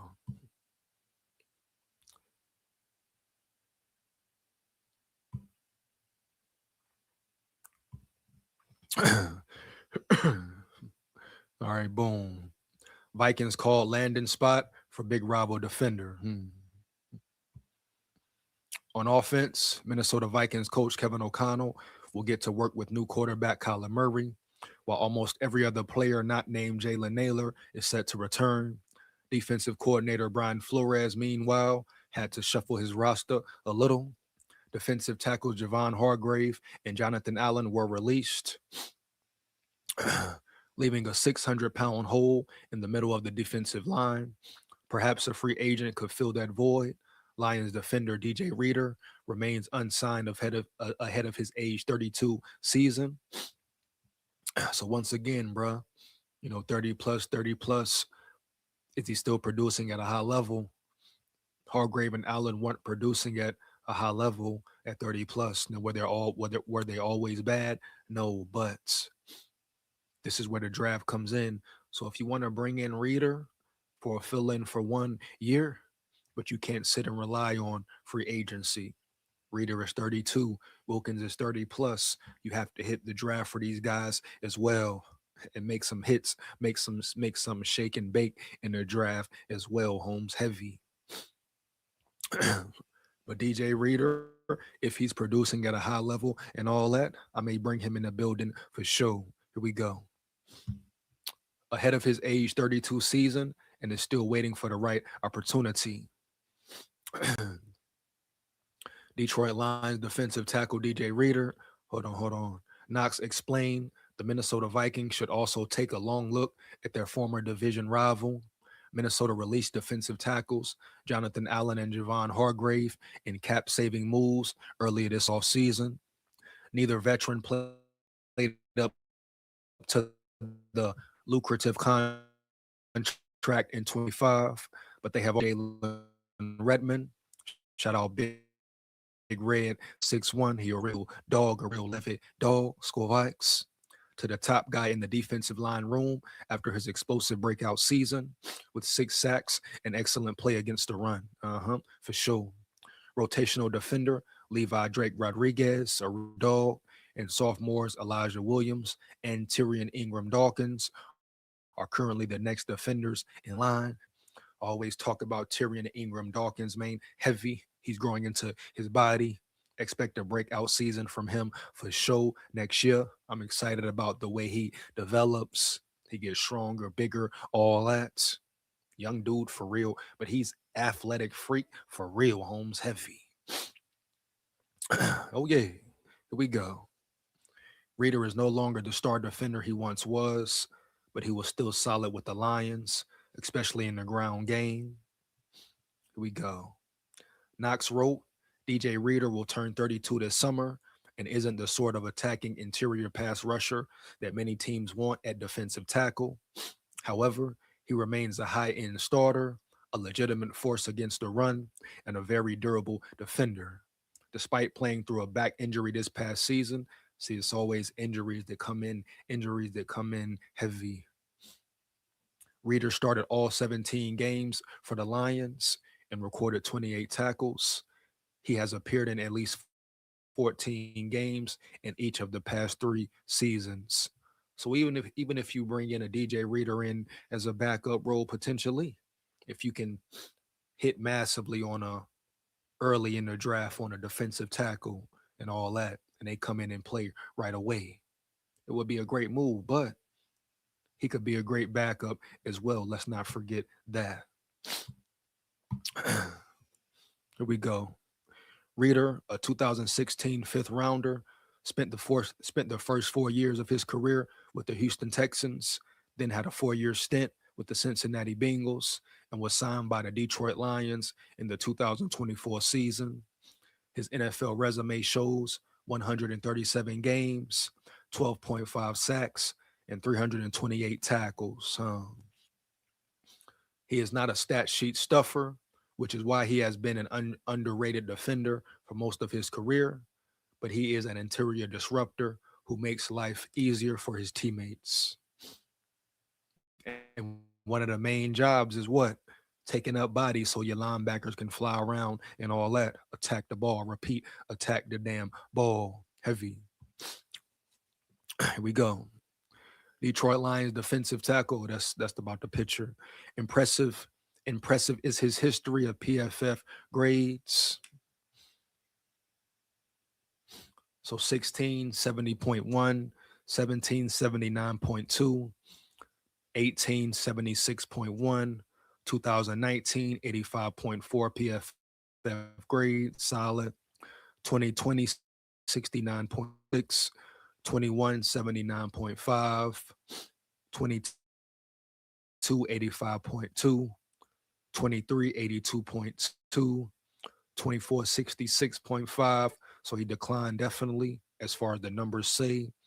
Then 25 68.9, slightly a slight rise in his number as well there. But you can't expect him to come in and just be a true juggernaut, but to cause havoc, create some chaos, come off the bench maybe, baby, and be solid. That's what it's about right there.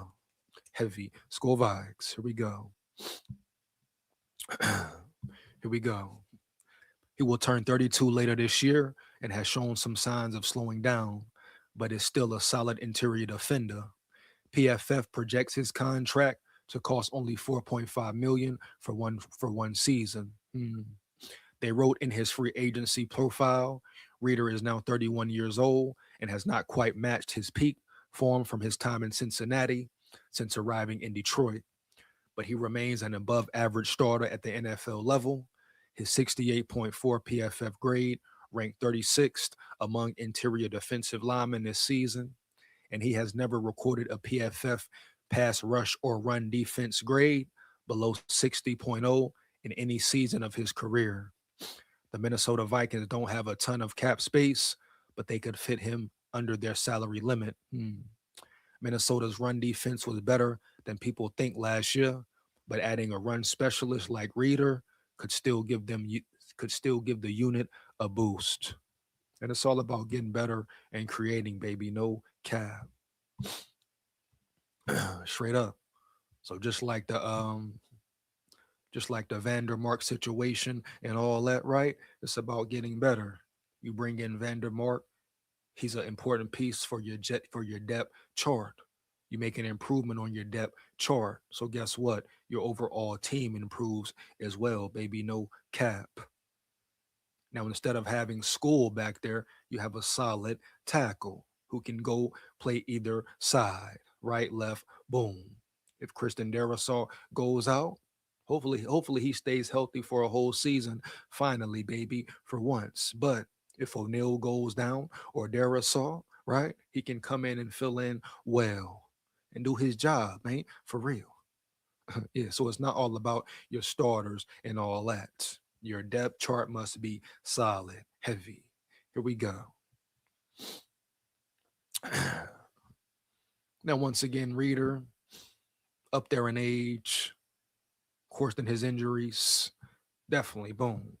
But if we're talking about just bringing a piece to be solid for you, be a solid backup piece, and you hit the draft hard for your trench play, I'm cool with that as well, Holmes. Heavy. The question is for him, can he stay healthy? And in all actuality, reality, right? I don't know about that because we said the same thing about Hargrave and Allen. And when they were healthy, they played well at times, heavy. But it wasn't up to the expectation that we all thought, period. So if Reader is signed, don't have the expectation of him being just a juggernaut hit. For real.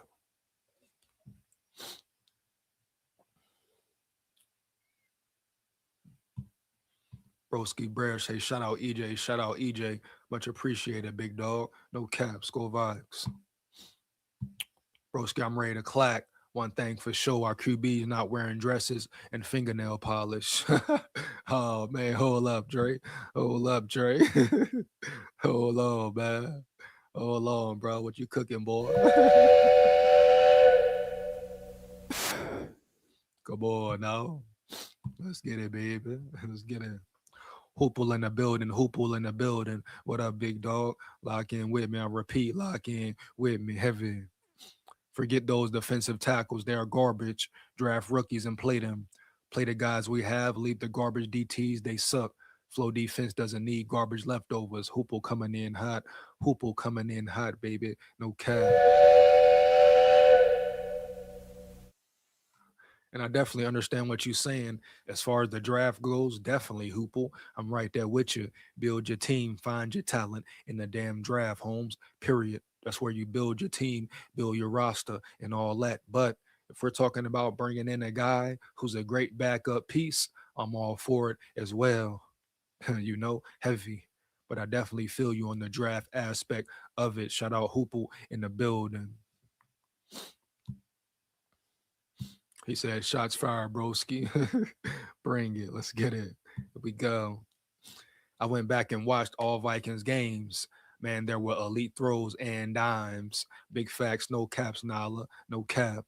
Were some bad stuff, but he will learn from it. Facts. Part of the process and the progress. Heavy. Only really struggled versus Packers, but O-line was getting crushed. Nobody talks about it. Thank you, Nala. We've been saying it all damn day, damn near. Heavy. Right?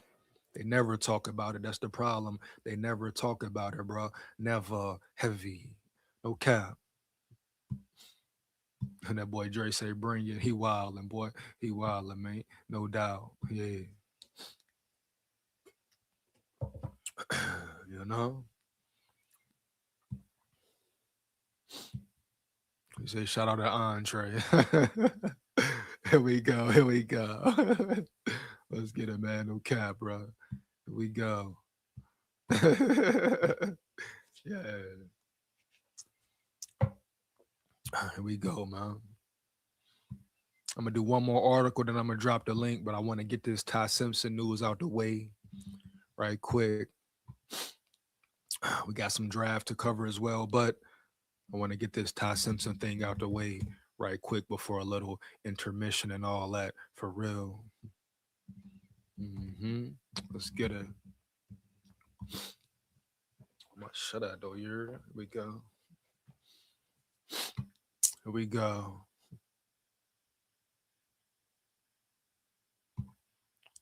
Let's check out about Ty Simpson now. It's Roll Tide full of pride. Ty Simpson, my dog, my brother.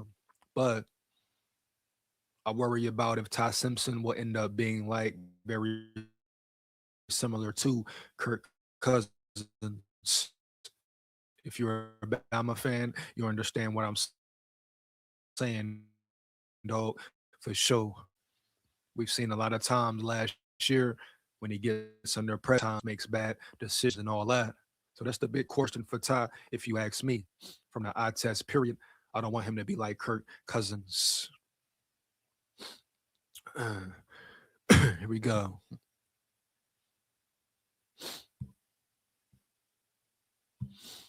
Here we go. Vikings linked to potential first-round quarterback.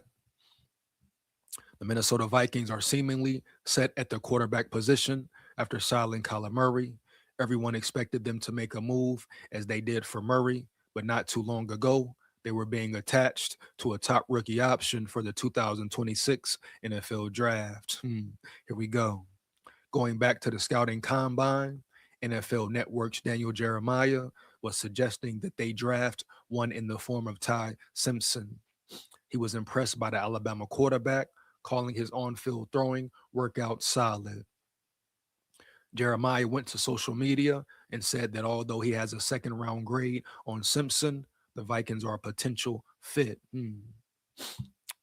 Will he drop that far, that low, et cetera, bro? Roll Tide, SKOL Tide, for sure. The hell is that? Look, bruh. What's up?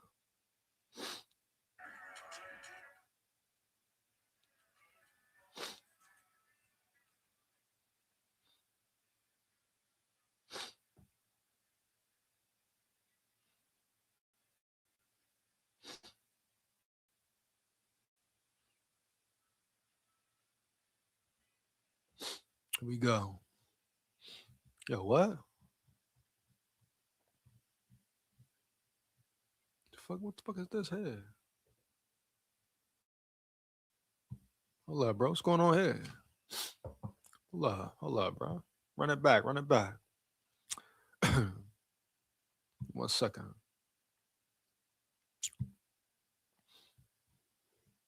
We here, we here, we here, we here, we here. We go.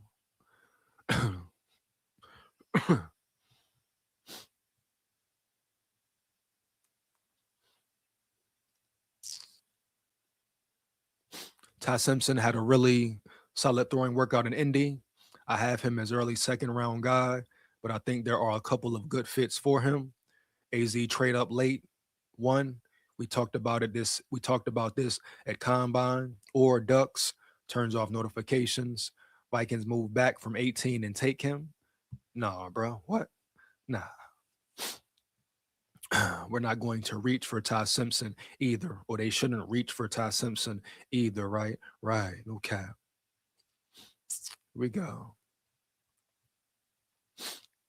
Simpson is currently ranked 32nd on the consensus big board, but the quarterback position can be tricky with needy teams willing to overdraft to select a guy who could be the franchise quarterback for years to come. If the Vikings were to draft him, that would essentially end the J.J. McCarthy era in Minnesota almost as soon as it began.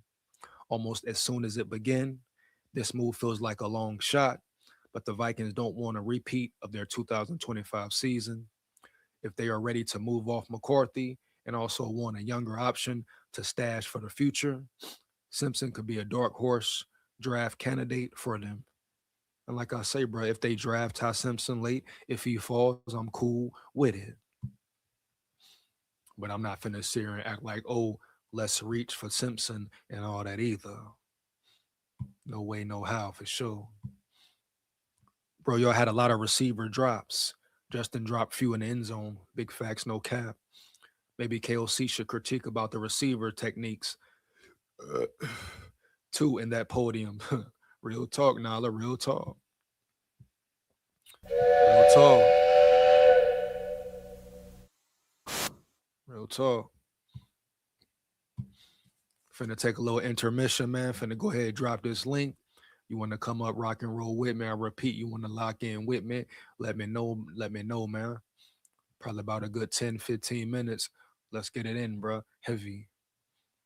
Yeah, I'll be back. Give me 1 second, about 5, 6 minutes, maybe, baby. A little intermission, though. Let's get it. SKOL VIKES. Here we go. Yeah, SKOL VIKES. Here we go.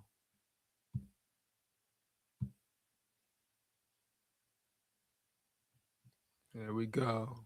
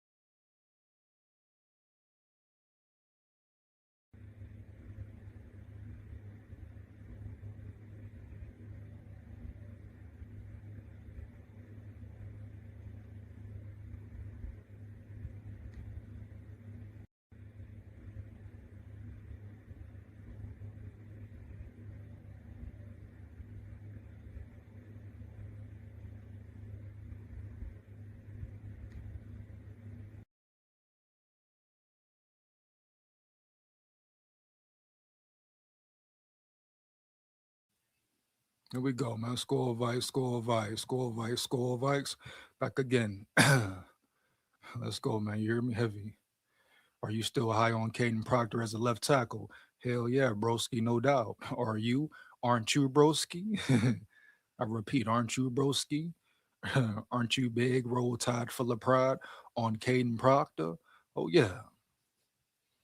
Hey, draft Kenyon Sadiq or draft Caden Proctor, whichever one. Are we talking trenches? Oh, give me Caden Proctor all damn day, bro. For sure. Roll tide. SKOL tide.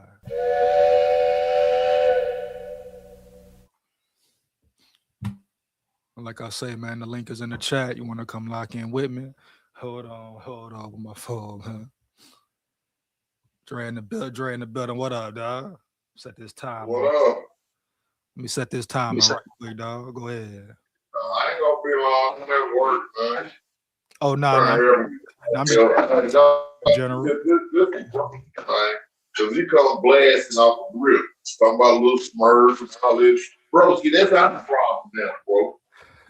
Dude, we can talk about K1, K3, K2, 2G, whatever. That's us Vikings fans. No one the fan base can't talk about him like we do. You know what I'm saying? He's part of us now. I don't want it, but he's willing. You know what I'm saying? And he ain't no K1 though. He ain't no K. I ain't calling him K1 though. Fuck that. I ain't calling him K1. His name is Kyler Murray. Period. I'm calling you about your government. You don't deserve a big name. Exactly. Fuck. Yeah, so I'm just saying this is now for the NFC North fan. We run the North. You know the slogan. You know the sign. Yeah, this purple game. You know, put on the uniform. So that's what it is. You know what I'm saying? I don't want it, but I gotta take it. Right. And if little smart can ride us to a Super Bowl, hey, I'm good with it. The KOC still gotta go. Hey, Dre, like I told him, shit. If Kyler Murray beat out McCarthy and then he take us to the Super Bowl, I ain't complaining at all, dog. Heavy. Hell no, I ain't complaining. Hey, I ain't complaining.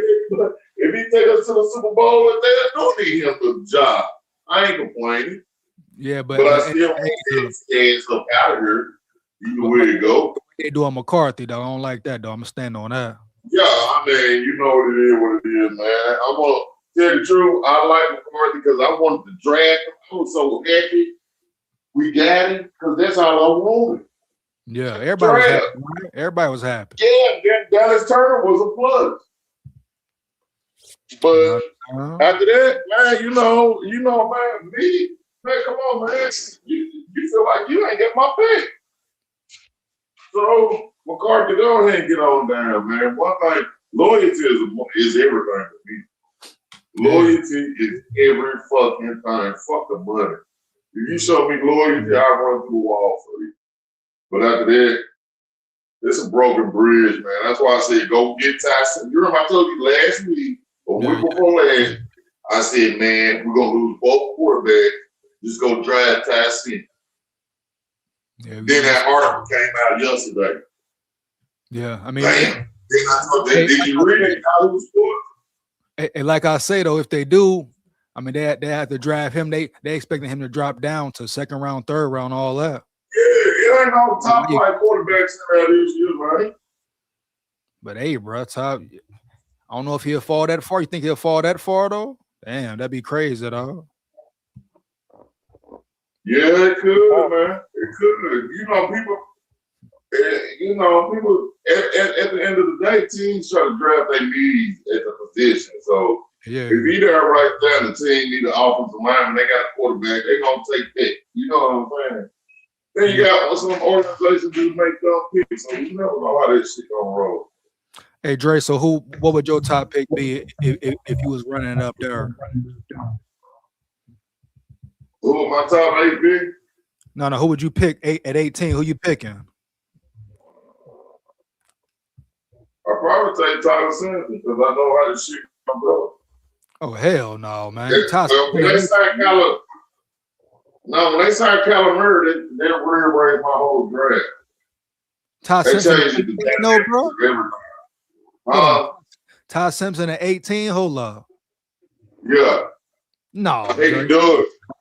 I hate to do it. Trust me on this, bro. Trust me. I call this shit every time, bro. Bro, why are you saying that though? Make it make sense though. Make it make sense. You got a quarterback that's not all in, that's going to be the anointed starting quarterback.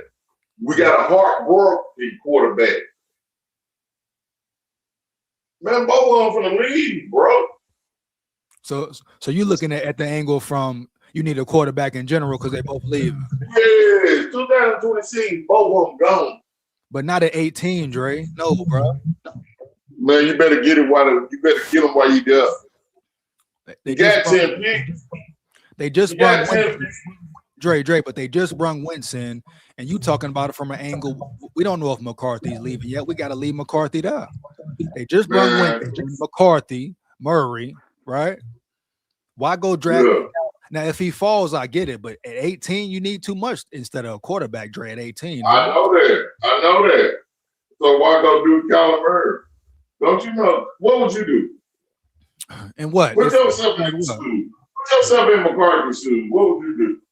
Oh, I've been saying. You don't get that staff by every media person, coaching staff, every person in the fucking Vikings building. What would you do? How would you feel about it? That's the way I look at it.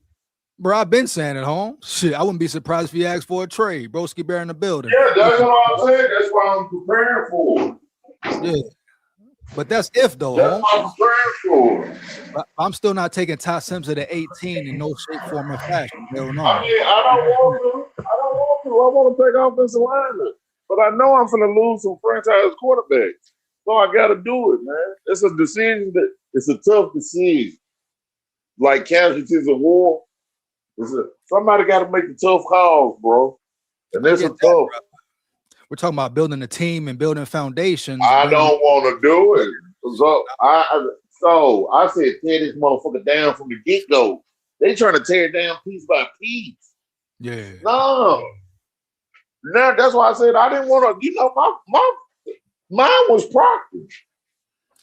Before they got Kyler Murray. And then I seen that contract. Yeah. I said, damn, he ain't gonna stay. Then I read out that they just keep piling on McCaffrey. Man, that man finna wake up and be like, fuck this shit. I ain't gotta go with this shit. Yeah, you know what I'm saying? Man, Broski, what up, dog? What's going on? What's going on, Dre? What up, homie? Hey, it was just all funny game. You shot at me as a score quarterback. So absolutely, Dre. I mean, hey, man, we're rival fans, man. We're gonna be taking some shots at each other, man. That's how it goes, man. Yeah, I didn't like Walter Payton. I hear you, man. I mean, Walter Payton's my favorite athlete in the history of athletes. You know what I mean? They call him the sweet man. I ain't that some shit. Nah, but hey, shout out, bros, can be easy. And I'm gonna tell all the Viking fans, this is a tough move. I don't want to do it. I want the Proctor dude from Alabama, the lineman. I seen what he could do. I seen his work, but I also seen what Ty Simpson could do. We're gonna lose both our quarterbacks. I'm telling you now. I mean, you heard me. Dre, you heard my prediction. You heard my prediction about that. You know what I mean? Like, it's possible they could lose both quarterbacks. Yeah. Yeah. So go ahead and prepare for it. Get ready so you ain't got to get ready. You know what I'm saying? Because I'm ready. I feel you from that angle, definitely. But I'm just saying, we gotta wait for them to go too, though. Now. But at the same time, SKOL, this is we got 10 picks or maybe more. Right. You could do that, then trade a pick and do the same thing like we did and got McCarthy and Dallas Clark in the first round. We can make a move like that. Yeah. But we got to prepare, man, because I see this shit coming. I see it coming. Hey, if y'all still on by the time I get off, I'm gonna hit you back up. Let me hear get up out of here. Hey, Viking fan, listen to me. I'm still on though. I'm still listening to you, broski and SKOL. But I can't hear him get the hell up out of here. I hear you, man. You have a good one, all right? All right. Broski Bear, what I just went live. Broski Bear, what up, Holmes? What's up, man? How you doing? I'm gonna drop my email in the comments after your show. So check out the comments to your show, and then once you say you have it, then I'm gonna go back and delete it. Got you, for sure. But yeah, looking at this draft, I mean, sitting at 18, I mean, that's a nice spot, right? I mean, you could get possibly if one of these tackles fall, Caden Proctor, Monroe Freeling. I mean, bam, you got at worst you got a right tackle of the future, and most likely a left tackle of the future. You know, if you want to go guard, that kid from Penn State, like highest ranked guard in the draft, I think, since what's his face went to the Cowboys like 15 years ago, 20 years ago. But Iani, I mean, you want a guard, you'll have a Pro Bowl guard forever if you draft that kid at 18. Hold on, what's his name? You said Penn State? Yeah, Penn State, the guard, the Polynesian kid. Ioane, Ioane is his last name. He is, if you go look at some of his just general like film and everything, drilling like fucking fences and shit and like shaking hands with fans and like this dude's athletic ability for being this big bowling ball of a human being is insane. He's like 6'4", 330 or something, and the dude can move. He's so athletic, and he plays pissed off. Yeah, man, he'd be a nice guard. Like you can get some O-line. Yeah, but also, I mean, this is a good draft for secondary, in my opinion. Secondary players for cornerbacks and safeties. I mean, sitting at 18, man, like the cornerbacks I like are the kid from LSU, that Brandon Cisse or whatever from South Carolina, and that Avion Terrell kid from Clemson. I mean, one of those three should be there. Caleb Downs might fall. Dylan Thieneman from Oregon might be there. It's like, hey, you guys are going to have a lot of good choices to choose from there. Hell yeah, bro. But we got to make the right choices, dog. Very important to hit this draft, you know? Especially your first pick. You got to hit with that, man. You know what I'm saying? Like, I hear you, man. I hear you with that one. You know, you got Lee Hunter, Caleb Banks in there. So it's a few options, bro. The scouts got to do their fucking job, you know? Yeah, I mean, I wouldn't rule out them going after an edge either, because obviously Grenard, there's talks about moving him. Even if they don't move him this year, he's most likely gone next year. Van Ginkel, I think it's last year Van Ginkel's contract, if I'm not mistaken. He's not getting any younger either. You know what I mean? Never rule out an edge. Oh, big facts. No cap, though. If the talent is there, bro, sometimes you got to fucking take it on GP. You know what I mean? Yeah. I mean, you have your positional needs, but teams usually mess up when they reach for a positional need. It's like you still have to weigh the talent level per position and say, hey, you still want to get a guy with a high ceiling, even if he's at a position you think you're good at right now, kind of thing. Right. Shout out Northfields in the building, man. He said, hey, EJ and Broski. Shout out Northfields in the building. Hey, man. North. Straight up. Hey, but as far as the Bears in your squad, right? How you feeling about them? Like, what do you want in the draft? First round, second round, all that. Yeah, the Bears need to find I think they need to find a starting safety in this draft, similar to what they did. Yeah, that's one thing. Hold on, who y'all safety now? Hey, number 9, raw as a motherfucker. Ain't he a safety? Well, Brisker's gone. They let Brisker walk. What the hell? That was dumb. Well, Brisker doesn't stay on the field. He doesn't really play much. Oh, okay. So his first 3 seasons, it was just injuries. He's missing a whole season. He's missing half the games. He's missing 3/4 of the games. Okay. And then he finally played last season, but he's had so many concussions. He was contemplating retirement before the season. And it's like, dude, he played and he found a way to stay on the field last year. I'll give him credit. But he wasn't playing like Jaquan Brisker. He wasn't out there, you know what I mean, wrecking shop, creating havoc. You know what I mean? Like, hey, that Rams game, he was shit. That was his best game of the season, hands down. It really was. It's like he saved it all for that game, to tell you the truth. So, but with his concussion history and stuff, and like how he hasn't really played, they let him walk. I got you. You know, they brought in that kid Kobe Bryant from the Seahawks to play safety because the Bears lost Kevin Byard also. But damn, Hey, so the Seahawks lost some weapons then, bro. Yeah, I mean, they might have lost a couple. They losing Woolen too, Woolen. He gone, right? Yeah. Then Walker out of there, running back to the Chiefs. Oh, yeah, bro. Yeah. It's tough, man. It's tough to keep the same team and shit, Yeah, people go get paid after they make a name for themselves winning a Super Bowl. Yep. But yeah, so man, safety is definitely a spot for the Bears. Also, anywhere in the D line, like anywhere in the defensive line, I'm open to. You know what I mean? Cornerback, I'm open to. Middle linebacker, I'm open to. So pretty much pick a position on defense, I'm open to it. You know what I mean? Got you. How you feel about your trenches though, O-line and D-line though? Like, what about the D-line? You're like, why are you so open on the D-line? Are you open the same way with the O-line as well? Now, if they draft a left tackle anywhere in the first round or second round, I'd be thrilled because that's the one position I would like them to draft. And this is a deep left tackle class. I mean, people who say there's only a couple true left tackles in this class really don't know what they're talking about. This is the deepest left tackle class I've seen in years. And it's a good right tackle class as well. It's a great class for tackles. It's a great class for cornerbacks. I'm going to say that right now. So you're going off of like just scouting certain players or just knowing about certain tackles and shit? That's why you see it's deep? Well, the Bears, the guy who's going to start at left tackle for the Bears was a rookie last season, right? He got hurt, Ozzie Trapillo. He got hurt at the end of last season with a patella tear. So he might not even play this year, right? So then you got the guy who was his backup, who was actually a second-year guy who actually started a handful of games last year.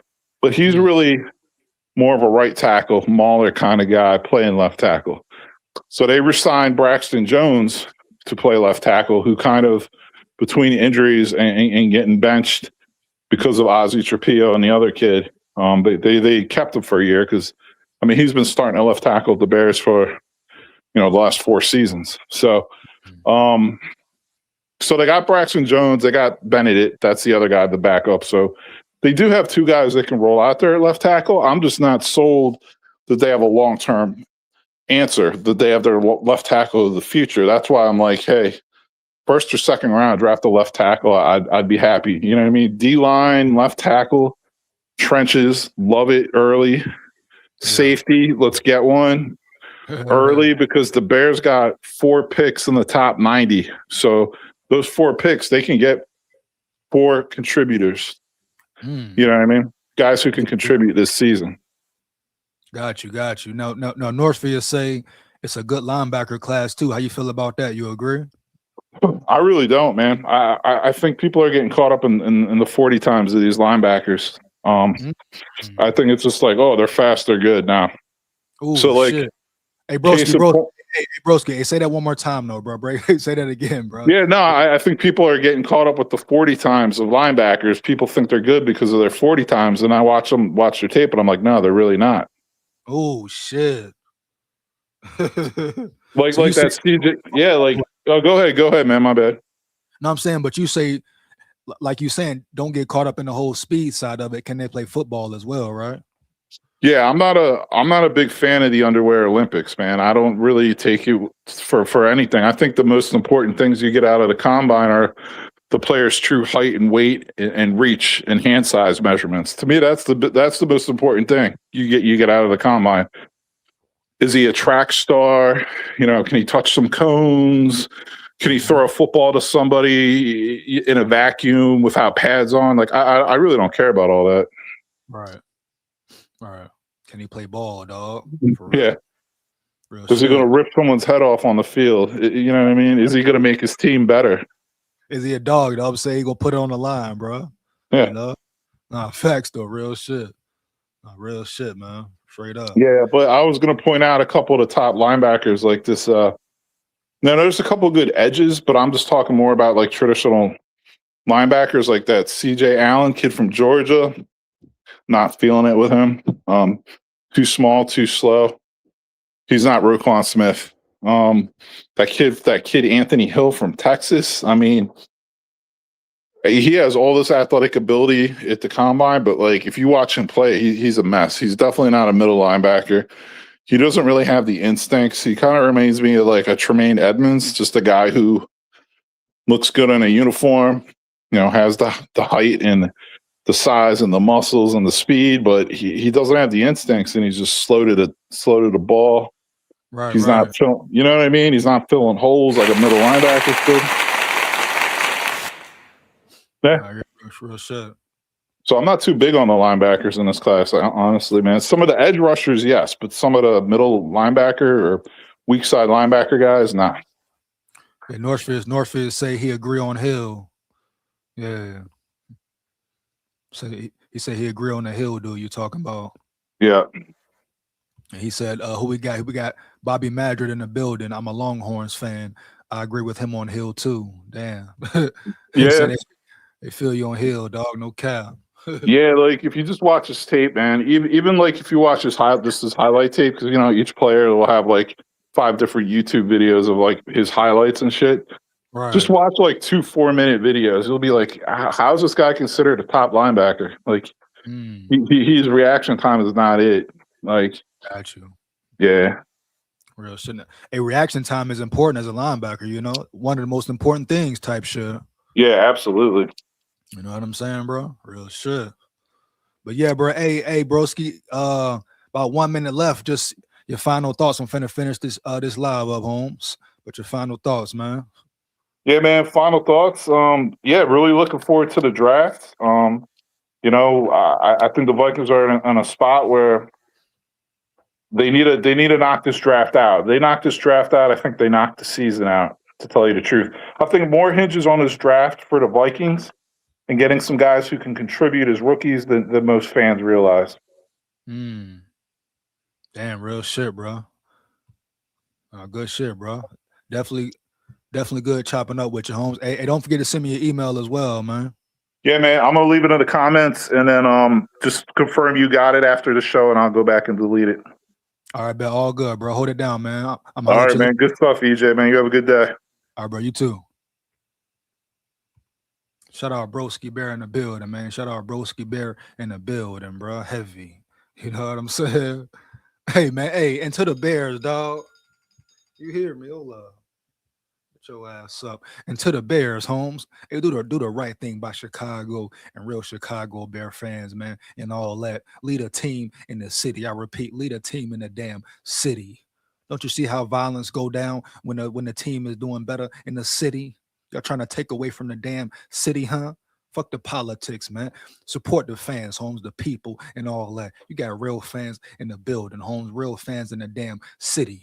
You see how your motherfucking stadium was rocking, Holmes, heavy? That Rams game was crazy, dog, epic. And I'm a Vikings fan, bro, early. But the way that motherfucker was shaking, you ain't never seen the bank shaking move like that. Yeah. There was a storm of motherfucking Chicago Bears fans in the cold wanting to see their team win. And to the last snap, they put it on the line, bro. Heavy, straight up. So respect the Chicago Bears. Respect the people of Chicago, the energy and unity you're trying to bring or need to bring in Chicago, Holmes, period. You know what I'm saying? And leave the team in Chi-Town, changing history, fucking up culture and all that. Why you trying to take away from the city, Holmes? You want more violence and murder in your city? Huh? Period, bro. Respect the people of Chicago, man. Lead a team in that damn city. Do right by your damn city, bro. Early, huh? Talking about motherfucking Indiana. What? Take the what and leave the what? Shout out to the Bears, bro. Straight up. Broski Bear in the building, man. Let's get it. SKOL Vikes, bro. So we're gonna get into Dylan Thieleman. What's his name? Hold on. Shout out my brother Holden, man. Dylan Thieleman. Oregon, everybody hyped up on this Oregon safety. We're gonna check out this Oregon safety heavy, see what he looking like and all that. Now, there was one safety for Oregon that was playing. I don't know if it was Dylan Thieleman though, but he was a dog out there on that field versus Indiana and all that for sure. But I think he was number 30 something or something like that. Call his name type shit. But let's see what Dylan Thieneman looks like and all that. Ready. Hold on, bro.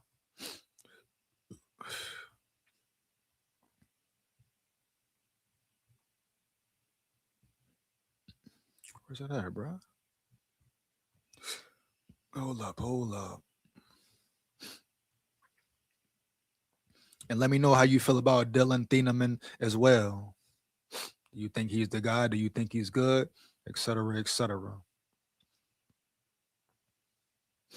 You know?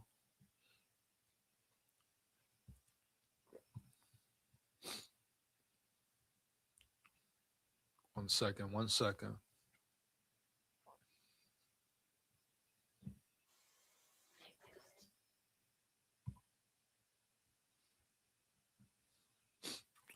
Here we go. One second.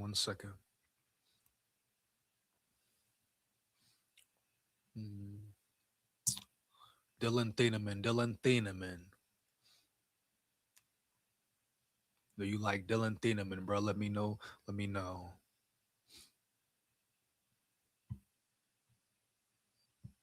Here's the right guy. Hold up.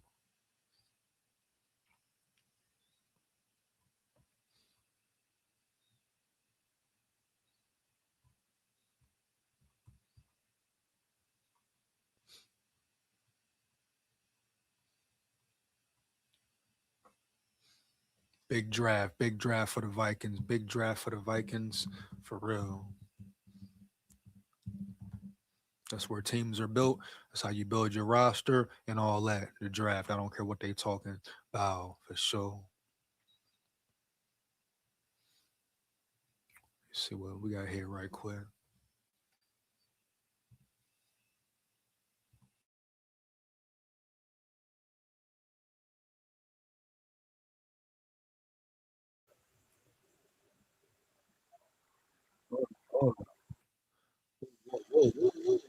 Whoa. Chill. Don't get ill. We're going to check out Denham and Thielen, man, right quick. Check some of these highlights out first and all that. You got names, drop them in the chat. I repeat, you got name, drop them in the damn chat. Heavy.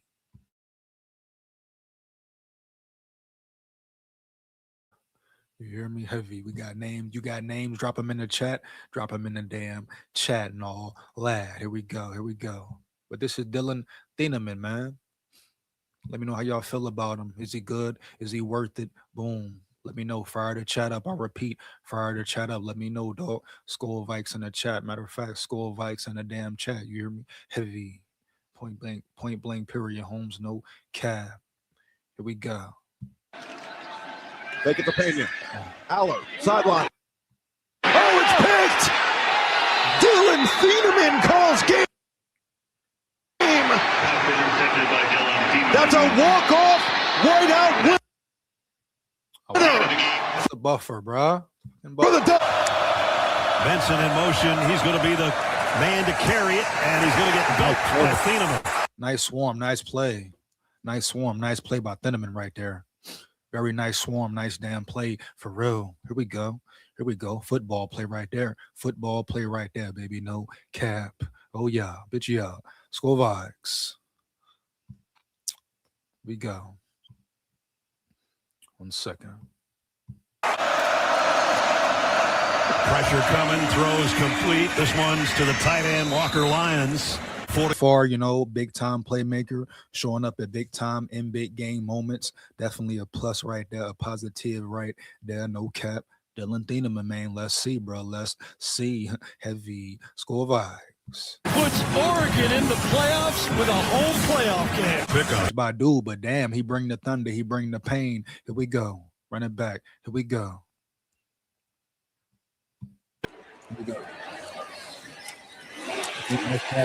Straight up. Kobe Williams on the carry. That was a good play, straight up, no cap. There we go. I remember him that game for sure. Here we go. Stacked up by Dylan Thieneman.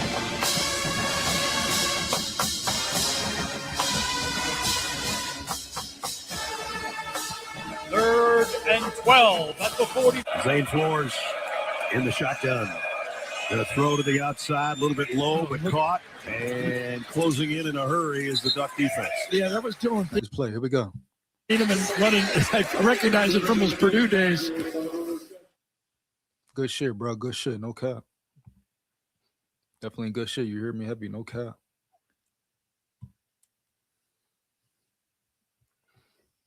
Now I'm gonna go to an article according on Dylan Thieneman and all that. Just want to see what the NFL scouts and certain scouts have to maybe say about him, his strengths, his weaknesses, you know.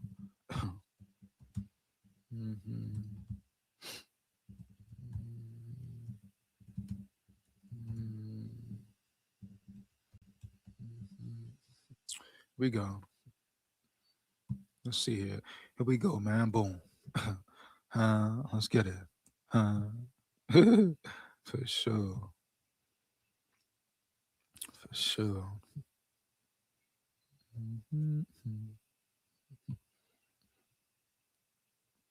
Hold up. 1 second. So Dylan Thieneman, Brav prospect info, NFL Combine, NFL news, and all that. Yeah. 6 feet. I thought he looked taller than 6 feet on the field, but not a problem at all. Heavy. If you can play ball, you can play real ball. So I see that he's long, he's rangy. Oh yeah, very athletic as well. Oh yeah, for real, bro. No cap. 6 feet 201. Yeah. Definitely ready as far as size. He's solid too, very solid in stature and all that as well. Will eventually be plus starter. Wow, here we go. 6.32 prospect grade. Production score, 2026 Combine SAF rank. He ranked 7th.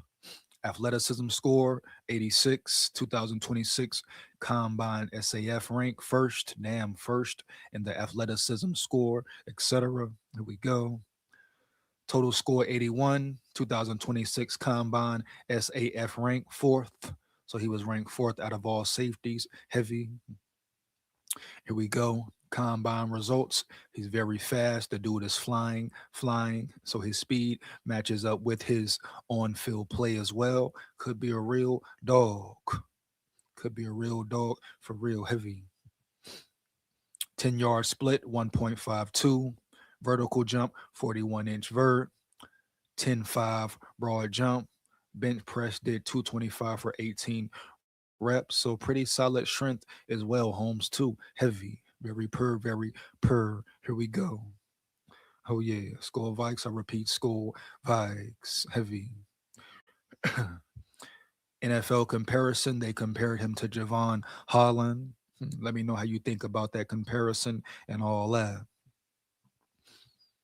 Dylan Thieneman, huh? Is he the man? Is he the man? And in all reality, the Vikings have the luxury of drafting 2 safeties, right, if need be, for real, for sure. Let's not get it misconstrued. They can really draft 2 safeties if they want to, depending how much they want to go all in on the safety position, period. But they're not stuck to just saying, hey, we got to draft one guy and get it right. Now, of course, you want to get it right, but you got options, Duggar, Thieneman, some other names as well for sure. I'm sure I will dive into. Once again, Holden, keep dropping them names, baby. Keep dropping them damn names. You hear me? Heavy.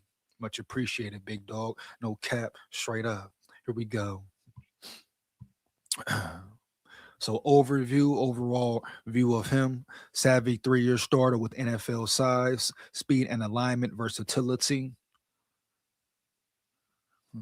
Thieneman is an extension of his defensive coordinator, aligning and adjusting the secondary to motion and pre-snap shifts. So he's very smart as well. High IQ of the game, great leader on the field and all that, putting guys into position and all that.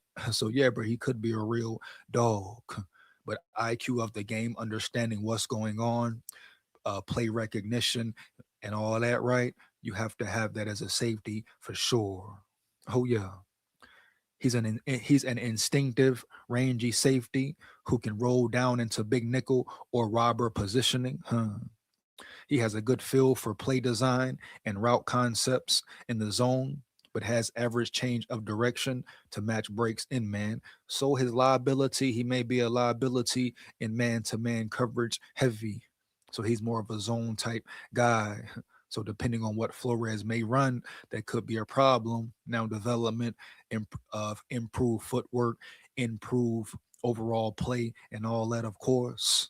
So he could become a better man-to-man coverage type of guy. But right now, Flores must understand, and the Vikings must know his strengths are in zone coverage, not man, period.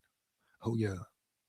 And hey, holler at me, holler at me, Thieneman. I'll get you right, bro. For real. I'll get you right. No cap. That footwork and all that, I got you, bro. 1,000. Get at me. Oh, yeah. Period, Holmes. SKOL Vikes. Here we go. He's not a big thumper near the line, but he rushes into the action with a relentless pursuit that should allow him to keep stacking high scores in tackle columns. And I really could care less or give a damn about a player being a thumper for real. You know, yeah. I'm more worried and concerned about I want them to be a sure tackler or pure tackler, baby. No cap. Let's be real with it. A lot of so-called thumpers miss a lot of tackles as well because they're always going for the big hit too much. And a lot of them aren't sure tacklers. Think about Thieneman. He grabs you, he brings you down 9 times out of 10 heavy. Point blank, period, Holmes. No cap. So I don't care about that thumper shit. Now, of course, time to time, you want somebody physical back there too, who can crack a helmet, head buster, true head buster. You hear me? Heavy. You know, they feel it. You feel it every time he touch you. Of course, you want those guys, but the Vikings have those guys right now. And you can also add more. Don't forget about Duggar once again, period. Thieneman checks important boxes for teams looking to add versatile playmakers in the secondary. Let's get it. Here we go. So we're talking about his strengths, rare production, 306 tackles, 8 interceptions in his 3 seasons. Damn. So at safety, he's averaging 100 tackles per season. High production for sure. That means he's around that ball. He's a sure tackler for real. Here we go. Size, athleticism, combination to play all 3 safety positions. So very versatile as well.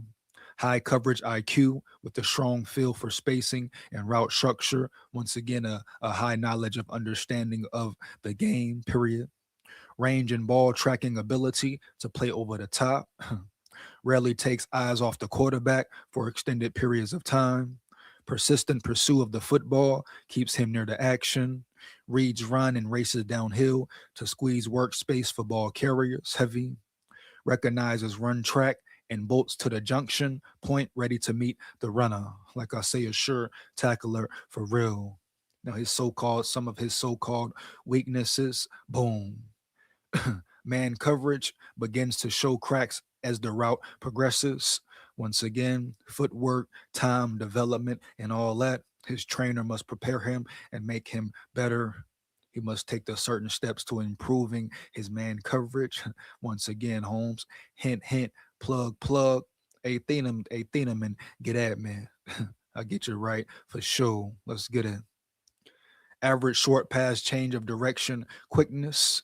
So he doesn't have great change of direction. And we know change of direction is very important when you're in the secondary for sure. If your change of direction is piss poor, right? I don't care how damn fast you are. If you have horrible change of direction, you mean nothing. Heavy, unless you're coming in on a blitz, Holmes. Heavy, period. But you need players with a great change of direction, of course.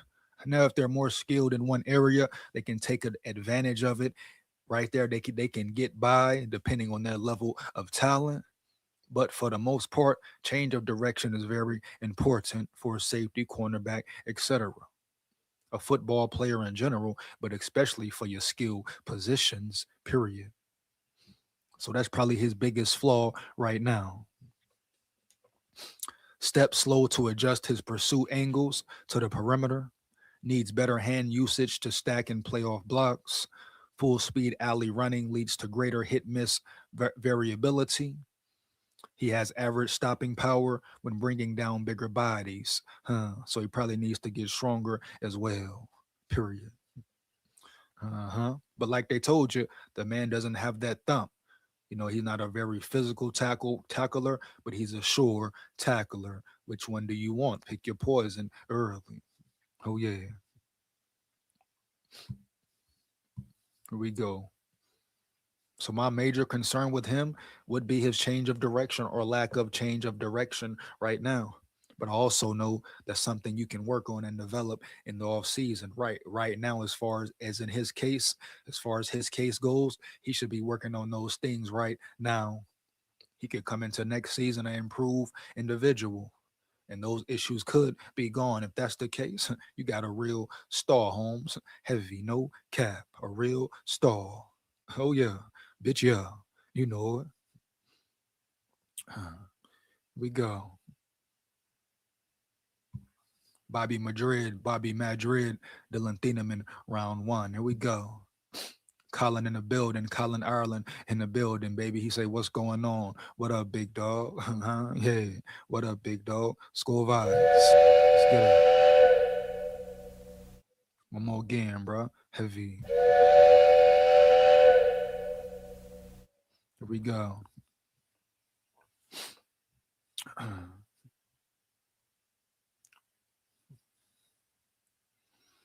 Who we got in the building? Let's get it. Lock in with me. I repeat, lock in with me, baby. No cap. Bro has speed for real. Big facts, Bobby. Big facts, Bobby. You hear me? Heavy. Look at his Purdue tape. Let's see what's up. I think he might be gone before our pick. I think we need one more DT at 18.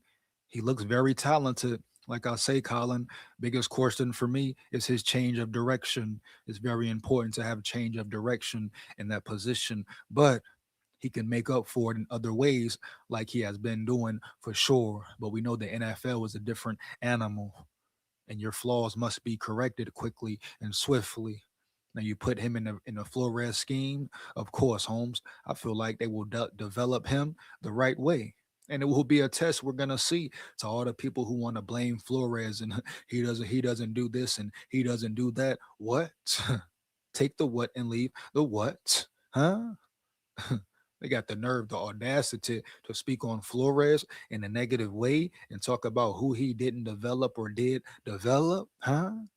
You know what? Unappreciative motherfuckers. Yeah, Jack. Yeah, you jive turkey Jack. Second a backpack, jive turkey chomp pump. Yeah. You know? The nerve of them fans out there, bro. For real.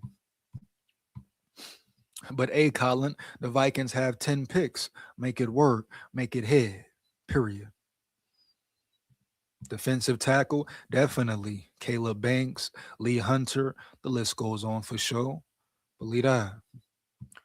I'm a big fan of McNeil Warren from Toledo. I'll check him out next time for sure. To McNeil Warren from Toledo. Matter of fact, let me tap it in. Heavy. We're getting down to crunch time now. The draft is right around the corner, right around yonder, baby. No cap for sure. What's his name is, though? McNeil Warren in the building. Shout out Colin in the building for dropping them names, huh? Yeah. Let's get it. Heavy. And we talking trenches too, baby. Trenches too. Yeah. Here we go. McNeil Warren, Toledo. Oh, yeah. Who we got here? Who else we got here? Northfius say Genesis Smith, Arizona. Bet. Matter of fact, I think I did a mock draft and put Genesis Smith as a draft pick. Yeah, matter of fact, that might have been me and Tech too. Or it might have been the other one. I just did it. But yeah, bro, Genesis Smith. I've spoken about him before. Genesis Smith. Shout out Northfius in the building. Heavy, dog. Genesis Smith, no cap. Let's get it. AZ. Shout out Arizona in the building. Heavy. Let's get it. You know it. We got Peter Woods as a monster. I'll take him in 18. Here we go. Peter Woods from where? Colin Ireland in the building. Let me know, Holmes. Heavy. Let's get it, bro. SKOL VIKES. Here we go. Peter Woods. Yeah. Peter Woods. Let's get it. Bobby Madrid. Yes, sir. Yes, sir.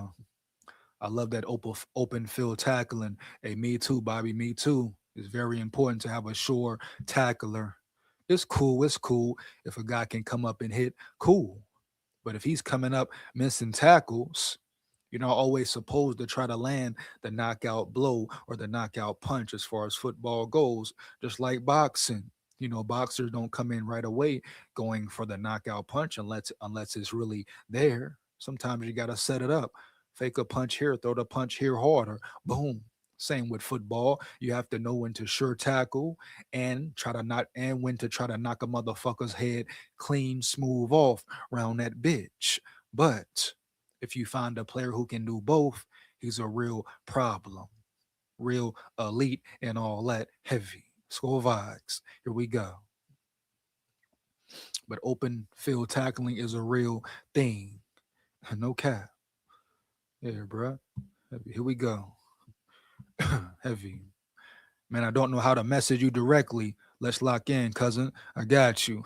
Hey, hit the email, bro. Heavy, hit the email. Michael in the building. My dog Michael in the building. Michael in the building. Michael in the building, man. Let's get it, bro. SKOL VIKES. Hey, hit my email, Michael. You know, check the more section. Yeah. Hit the email, bro. It's in the section. Heavy. Get at me, no cap. Shout out Michael in the building. You hear me? SKOL VIKES. Let's get it. I repeat, lock in with me, man. Let's get it for real. SKOL VIKES. EMW is more of a box safety, though. Shout out Northeast in the building. Let's get it. Dylan Thieneman is Cooper DeJean 2.0. Oh, damn. He like that, broski? That man like that, broski? Come on now, for real? Damn, bro.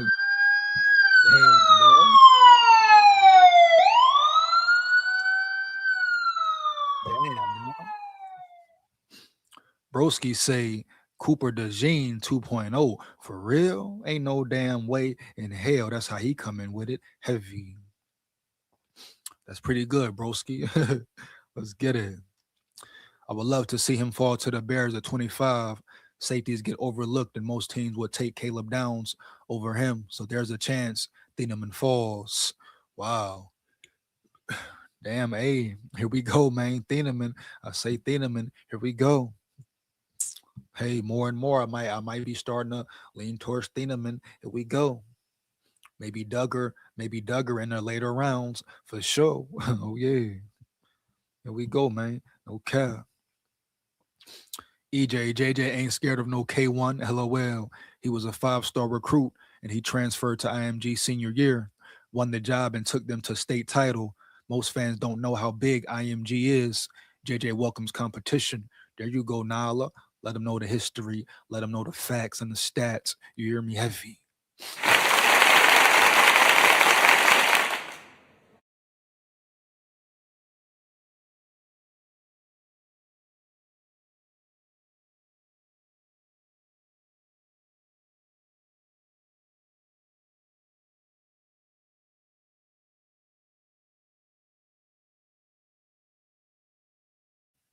Yeah, JJ ain't scared of no smoke for sure. The man thrives off competition. If anything, he thrives off the battle, period. SKOL VIKES, baby. Shout out Nala in the building, Holmes. Sam Heck Center from Kansas State. Holding in the building. We rearranging this whole draft this year. Hey, Vikings, listen to us, Holmes. Listen to us. 1,000, huh? SKOL VIKES. Let's get it, man. Yeah. Bitch, yeah. Huh? Here we go. Woo. Sam Heck, Kansas State. Let's get it. Kansas State. Let's get it. You hear me? Heavy. Here we go. My brother Holden in the building for sure, Holmes. Yeah. Here we go. Downs is a beast, but it came out he might have a degenerative knee. Oh man, that's very important. That's a very important stat, Norsefius. Very important news and information right there for sure. Mhm.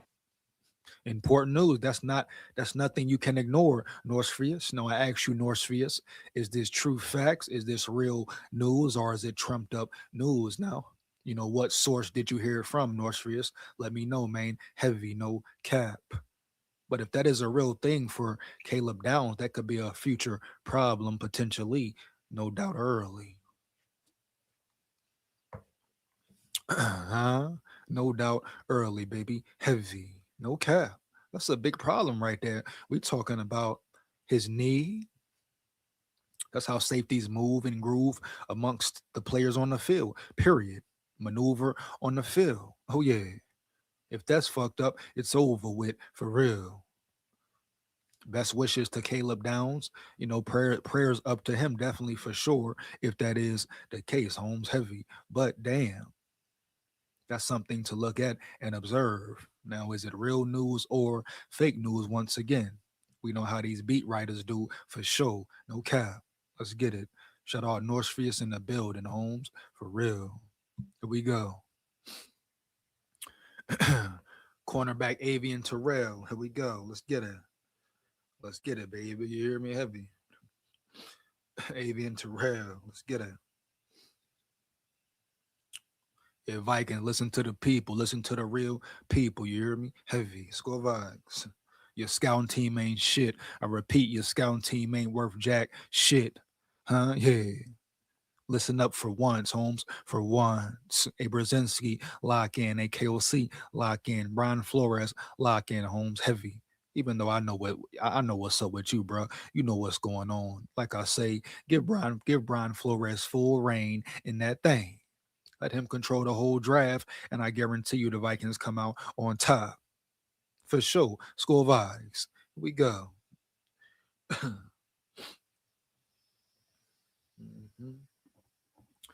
Adrian Terrell Clemson.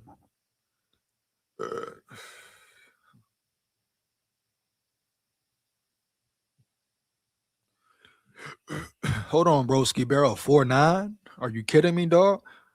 Kind of slow, ain't it? You know, a cornerback 4'9". He kind of slow, ain't he, dog?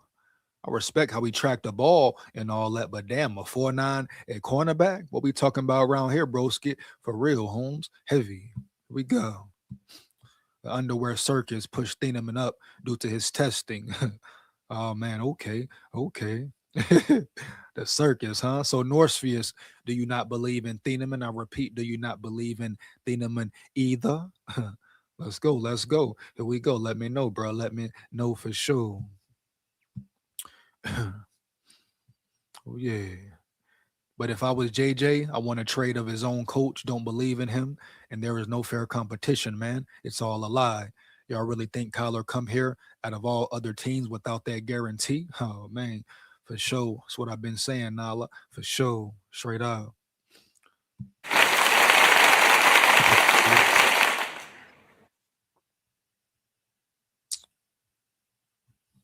We at with it. What we at with it though? Go.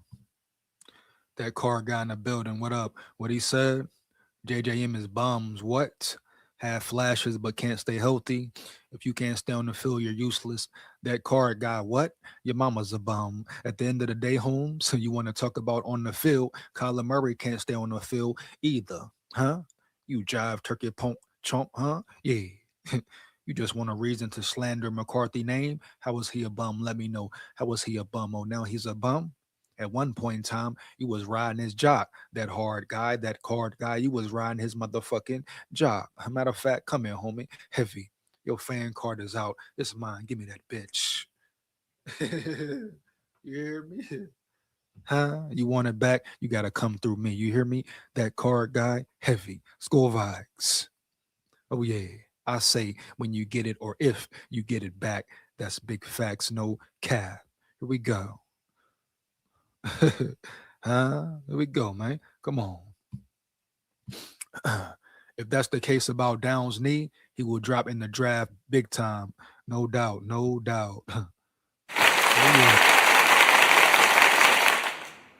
Real shit, you can't ignore that, and won't no teams ignore that at all. That is major information for real. Caleb Downs, he could fall from, they say he's a top 10 pick, right? Top 15 and top 15 and all that. Oh, he could definitely fall for real. We're going to see, though. We're going to see. Bro, why are you all blaming injuries just on JJ? The O-line was trash. And your coach calls plays which take sun to revolve around Earth. That boy Nala, wow. Oh man. Come on, bro.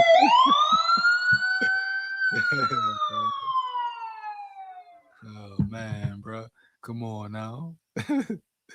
Real talk. But they always forget McCarthy had a concussion for damn near 10 minutes in the Packers game. Then they forget McCarthy played a whole third quarter with a damn high ankle sprain, period. Come on, now stop the cap heavy.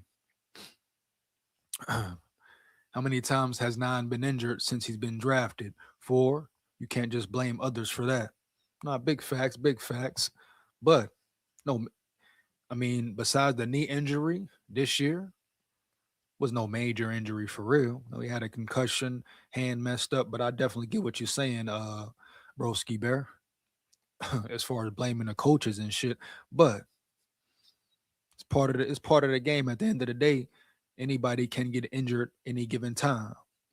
You know? Period. And like Nala said, you can't ignore horrible O-line play. Can't ignore that. You can't throw it aside. It's there. It affects everything, bro. Did you not see him getting whacked all game versus Atlanta? Getting whacked all game versus the Packers? Period, Holmes, heavy. Getting whacked, slaughtered, and all that. No cap. Yeah. So I understand what you're saying, broski. It's not the coach's fault he's getting injured, but KOC got him injured versus the Giants. Yeah, you know? Yeah, he can get down, slide more, stay out the way, get out the way, of course. But he's a true competitor. You got to respect that about him, no doubt. 4-3-9. Okay, I was like, hold up now. Cornerback 4-9? Hell no. I don't know about that one there, broski, right there. I'm like, hell no. He trying to set the Vikings up in a bad way. Straight up for sure. You know? All good, broski. All good, bro. He say typo. You know? Thieneman is very good. I follow him at Purdue. Then he transferred to Oregon. All right, bet. A lot of people like Thieneman. All right, bet. I love Thieneman's film. He makes plays in clutch situations as well. He's a playmaker on defense and can do it all. Definitely showing up in big time moments. Very important for sure. HRA in the building. Haraf in the building. What up, big dog?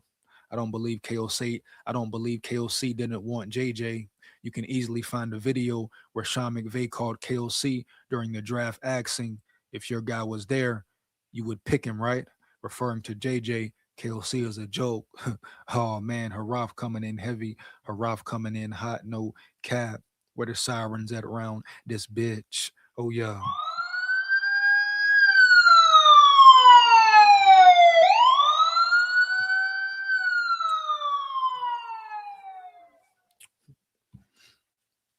Hell yeah, bro. Trench is the most important position, especially for KOC system. Oh man, here we go. It's no dink dunk system like some other teams. Heavy. Here we go. And he don't run the ball. Big facts, no cap. Straight up. I hear that. Vikings need to address the O-line this draft big time. There we go, broski bear. Straight up. Caden Proctor, get Caden Proctor in the building, Holmes. Heavy. You hear me? No cap. EJ, as much as I want Detroit to trade for JJ, Rams might be the best situation for him. Gets to learn from Stafford, and McVay will make him a monster. Could be true. You never know, Nala. You never know, Holmes. For real. Yeah, man. I'm going to get up out of here, though. Once again, shout out to all my big dogs, my Levy dogs, my subscribers and supporters. You are much appreciated for life. Don't never forget it. Make sure you like, comment, and subscribe, and hit that bell. Share this with any and everybody you know. Support the channel, support the grind. You support the fake already. Support the real, bro. No cap. Let's get it. You know what it is. Big SKOL here.